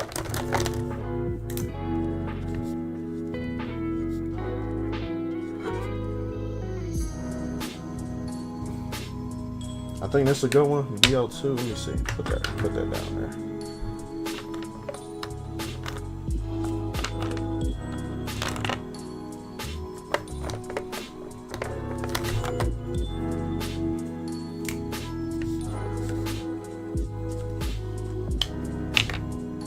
Yeah, it's probably going to be BL5. Let me use that one. I got plenty of these. I'm going to do a blue-black background just to see how that's going to look.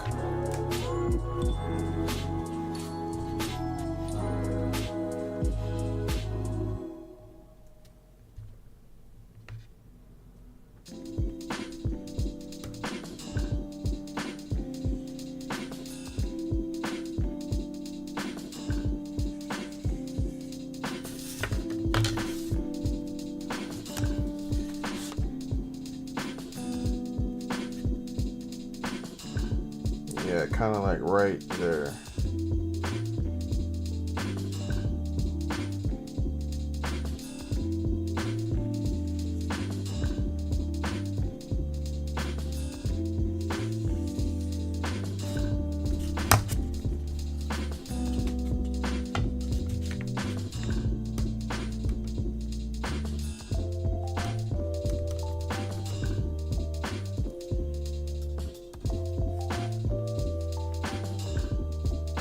Yep. Something simple to keep that aesthetic in place. And I'm going to try to color this all in to where it's not going to have these weird ass stroke lines going on.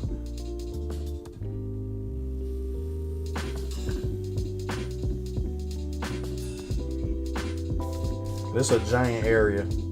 If I got to get darker, I'll get darker. I really don't care.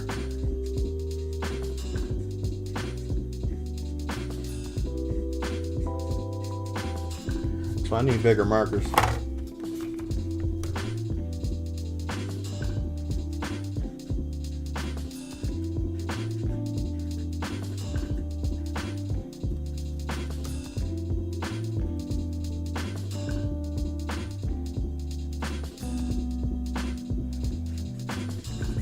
Yeah, this ain't gonna be enough.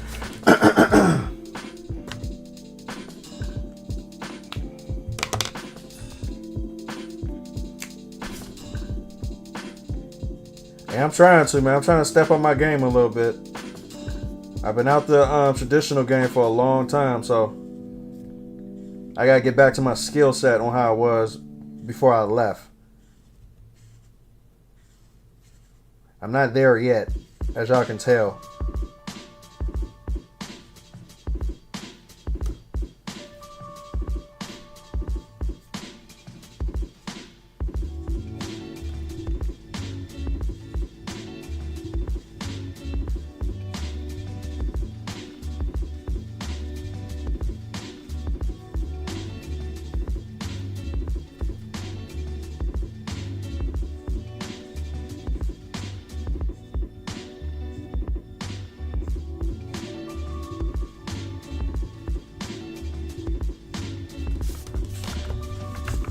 liking that. Okay.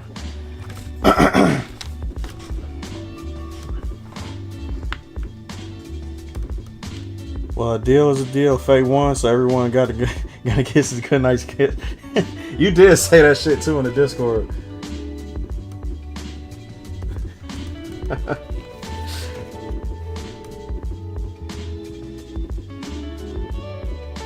Let's go. Let's keep the suggestions coming. I'm gonna try to do this every week to boost up my, my skill set again, because I've been lacking.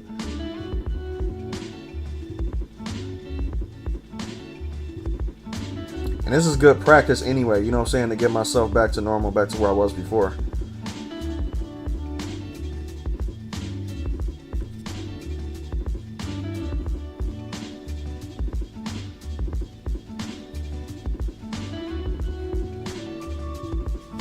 Uh-oh, I'm dragging stuff that I'm not supposed to be dragging.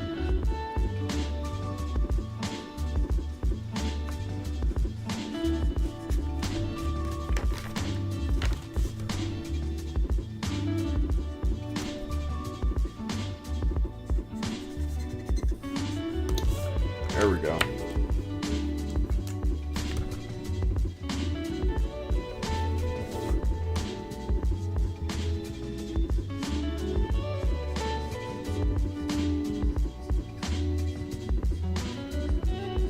One thing about Copics, man, these shit run out extremely fast. Like super, super quick.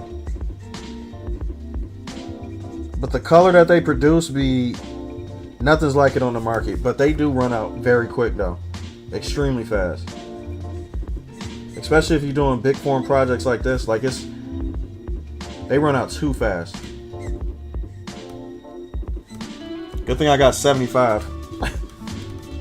Nah, hell, not 75. I got 300 markers. What am I talking about?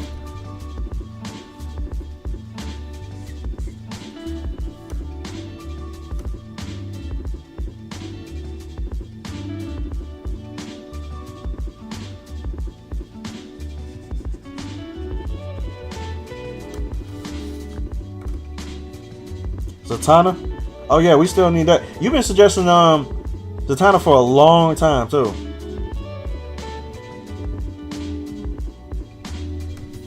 Peace out with the fan art. And that's a good remedy to leave us by too though.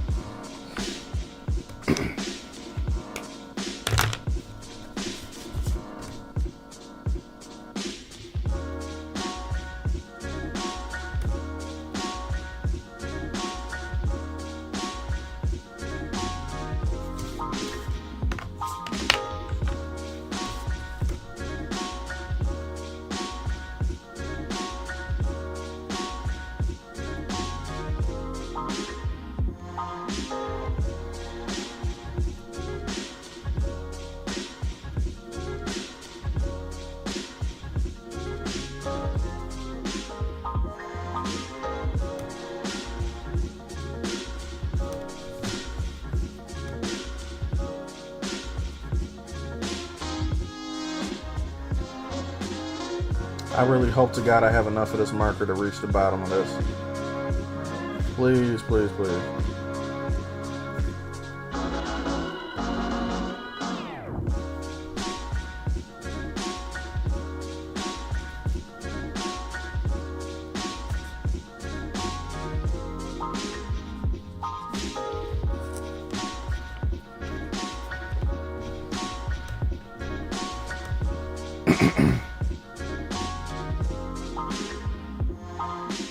Yeah, you can't beat the fishnets. Can't beat that. I think too, that'd be a cool thing to draw too when it comes to traditional sense, to see how to do that. I could do it digitally pretty easily. But I want to see how that would look if I was to do it in this medium, to see what I was going to do with it.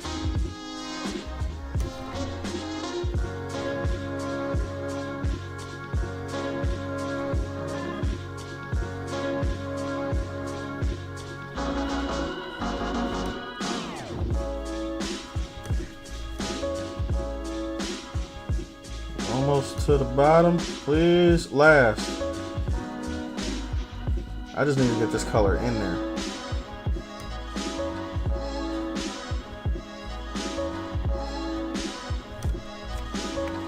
Ooh, Starfire.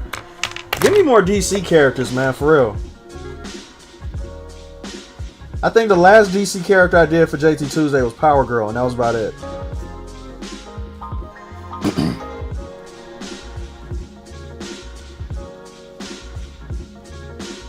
You know what we're gonna do? We're gonna have set dates, like basically, no, different categories per week. So we're gonna have an anime week. We're gonna have a DC week. Different shit like that. You know what I'm saying? Like to spice up the suggestions a little bit. That way, like it would keep it to be like a categorical thing.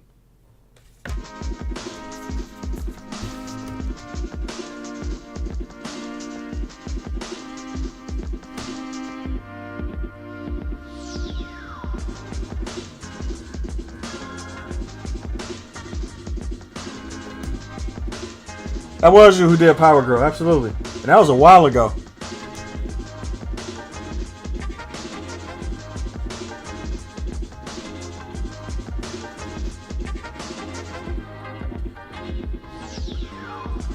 Yeah, so we can have like different categories every single week. You know what I'm saying? So we won't just be drawing the same shit for the same type of you know, genres.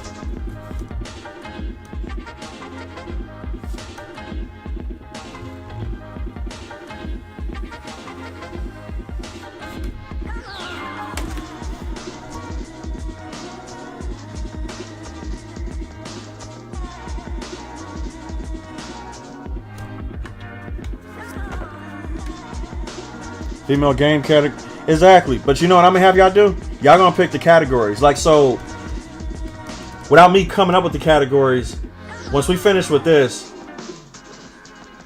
like underneath the same JT Tuesday Pat, you know, tab or something like that, just drop in categories that you guys might want for you know, for it to rotate basically every single week.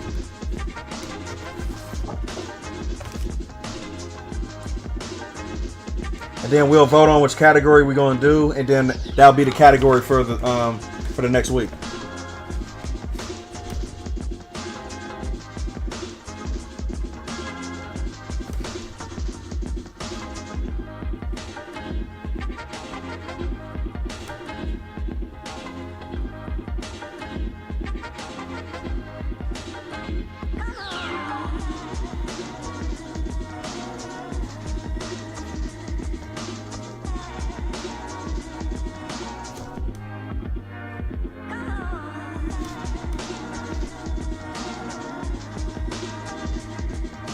Yeah, that's gonna break up the monotony. Said DC should be next week. I wouldn't mind that shit. I love DC.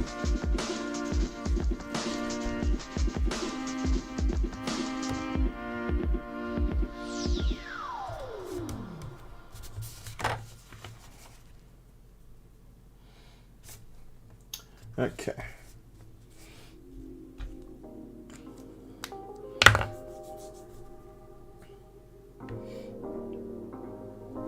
What else am I going to add?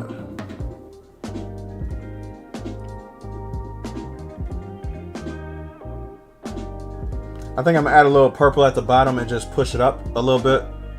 Kind of like a blended thing going on at the bottom.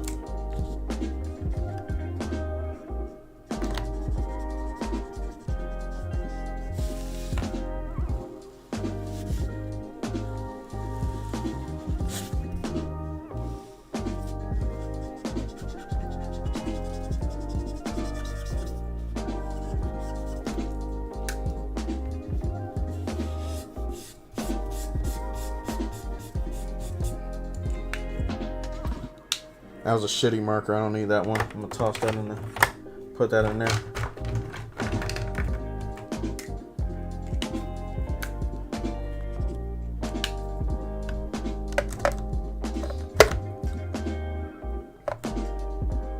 Hey, we just gonna roll with it then. So shall I say DC characters next week? I guess we're gonna do that. You know, I don't mind at all. I love me some DC.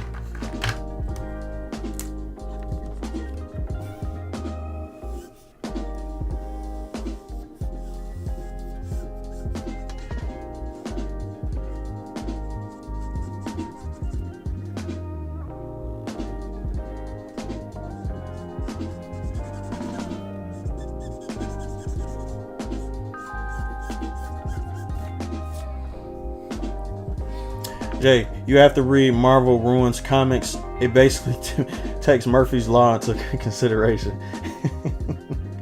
Basically, anything that can go wrong goes wrong. Hey, shit. Just by watching the Marvel Universe, you understand that concept. I don't think I have to read anything to understand that fact. It's purposely being done.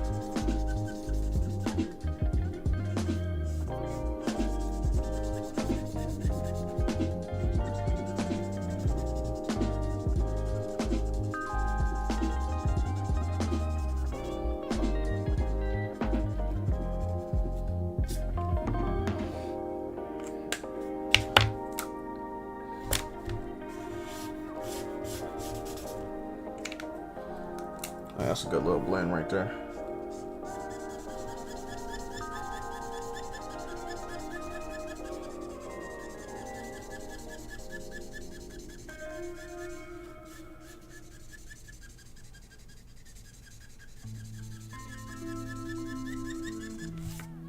ASMR, baby.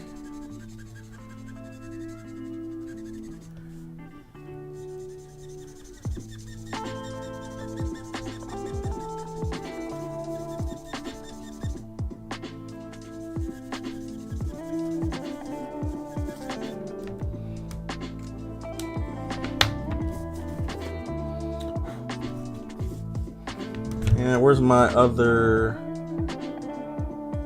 Where is it? Because this is going to be the important thing.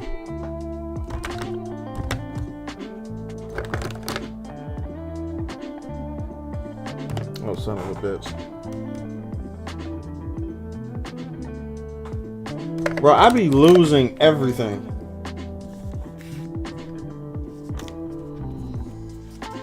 There we go. I found something. We're going to make this work, though.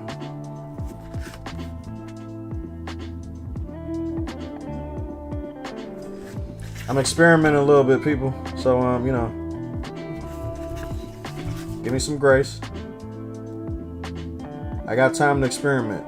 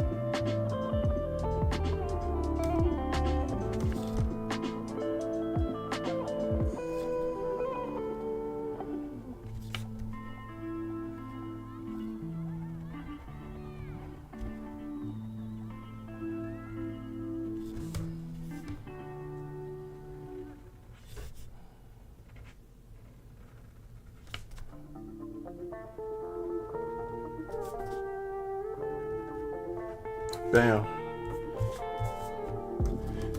He said, like, damn, bro, sometimes I procrastinate doing art. Any advice? There is none. Trust me. When procrastination grips my ass, is over. It's done. I just say, you know what, pack it up for the next day. Or you know what? Something might happen throughout the day that will ignite my inspiration again. And then I'll be like, okay, time to get back to work.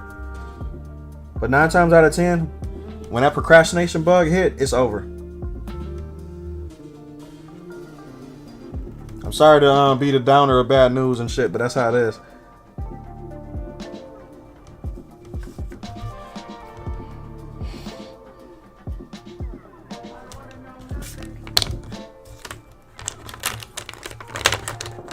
I recommend trying to get into that Zen mode, like play some good music and dive deep into your art. That can help too. Have a snack and have at it while drawing, etc. Something that'll help focus. Or you know what? I probably shouldn't even be advertising this to people anyway, but it is what it is. I smoke weed. Weed is a very good thing to get me extremely. Well, let's say like if I have a big project to do, right? Like, and I have no time to put myself in a Zen mood, I just smoke. That tends to help 9 times out of 10.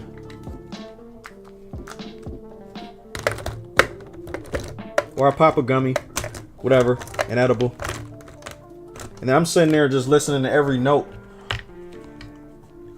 within my music, along with me envisioning my art way better.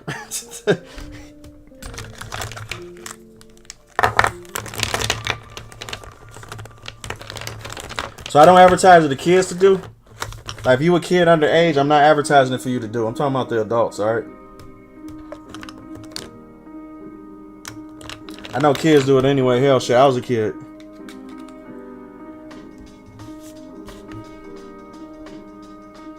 I'm saying that for YouTube purposes.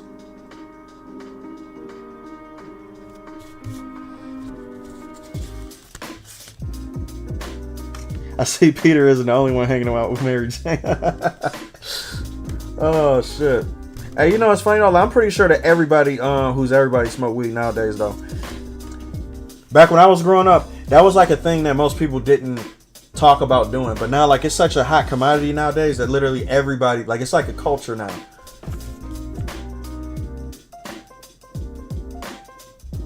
I grew up during the days where you couldn't even find where weed actually was. You had to go through a special somebody to even get some. Now you can go to dispensaries and shit nowadays. I was like, whoever thought this shit was gonna turn out like this? This is crazy.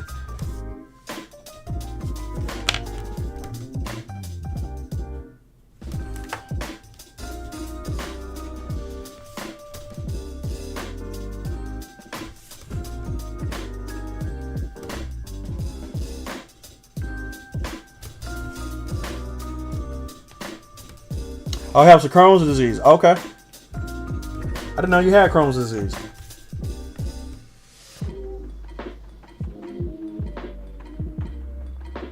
But from my medical background, yeah, it does help with that.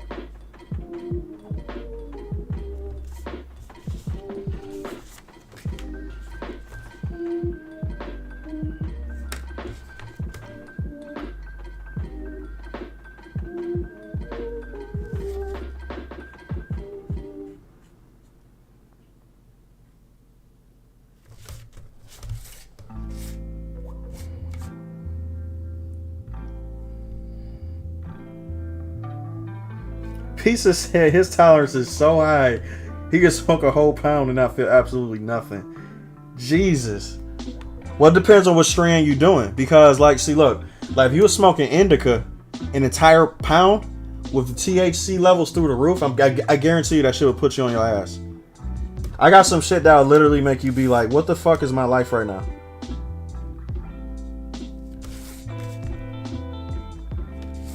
I got some extremely strong shit. For no reason.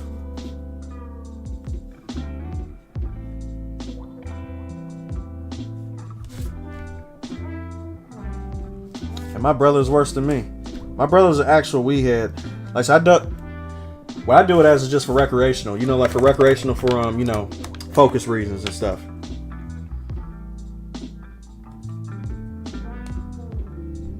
This dude said absolutely nothing. Jesus Christ. I'm gonna have to see. Hey yo, pizza. You ever did what do they call it? From a bong. Like, it's like this crystal THC stuff. To where it's like pure THC, but you do it from a bong. Now, if you had that and you say you still didn't feel anything, there's something wrong with you. That crystal THC stuff that you do from a bong will make you feel like you're gonna die. Like, it makes your heart rate go so fast that you literally just don't feel like moving. You literally feel like if you're gonna move, like the world is gonna explode or something. That's what's going through your mind. You like, if I move, something bad is gonna happen. But you know it's not. But your heart is telling you that.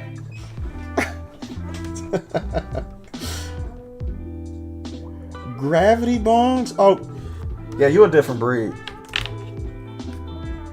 You a different breed, pizza. There's not much I can do for you. I did that shit before and almost felt like I was gonna just die. I was like, nope, I'm not doing that shit ever again.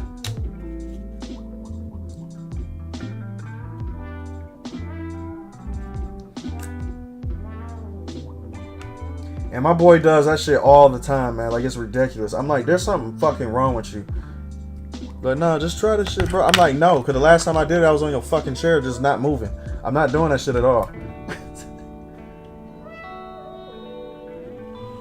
I learned my lesson off of the first one, man. Like, so I know what type of levels I need. Because otherwise, I'm just going to freak out.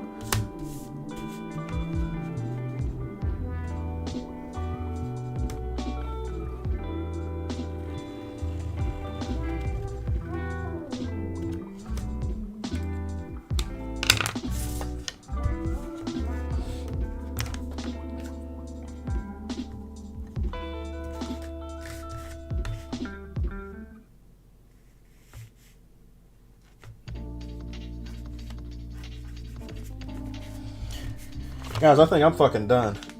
This was so damn fast. It's only 10:38. Jesus Christ. But Faye is done. That means I have plenty more time. I gotta cut up some stuff. I got some fruits I bought that I got cut up for a smoothie. I'm starting to eat healthy, y'all, again. So I'm starting to try to do my smoothie shit more and more. And working out a little bit more too. I gotta hit the gym 3 days in a row, because I've been missing days. But yeah, people, I am done. This is done and completely finished. I'm not going to do no more on this. So yeah. Woo! Okay. Thursday, we're going to have a gaming live stream. But what I'm going to do, because I don't know what the fuck to stream, what I'm going to do is I'm going to put a poll up on my YouTube community thing, right? Now I'm going to put up a couple games for y'all to choose for me to stream Thursday. So look out for that. So if you guys want to see the gaming stream and stuff, but I don't know what to do after beating Stellar Blade and doing the boss rush and shit. There's a bunch of other games I got to play, but I just not sure what you guys want to see me playing. But we'll figure that shit out. I'm about to hop off. You guys enjoy the rest of y'all Tuesday, and hopefully see y'all guys on Thursday. All right. Peace, peace.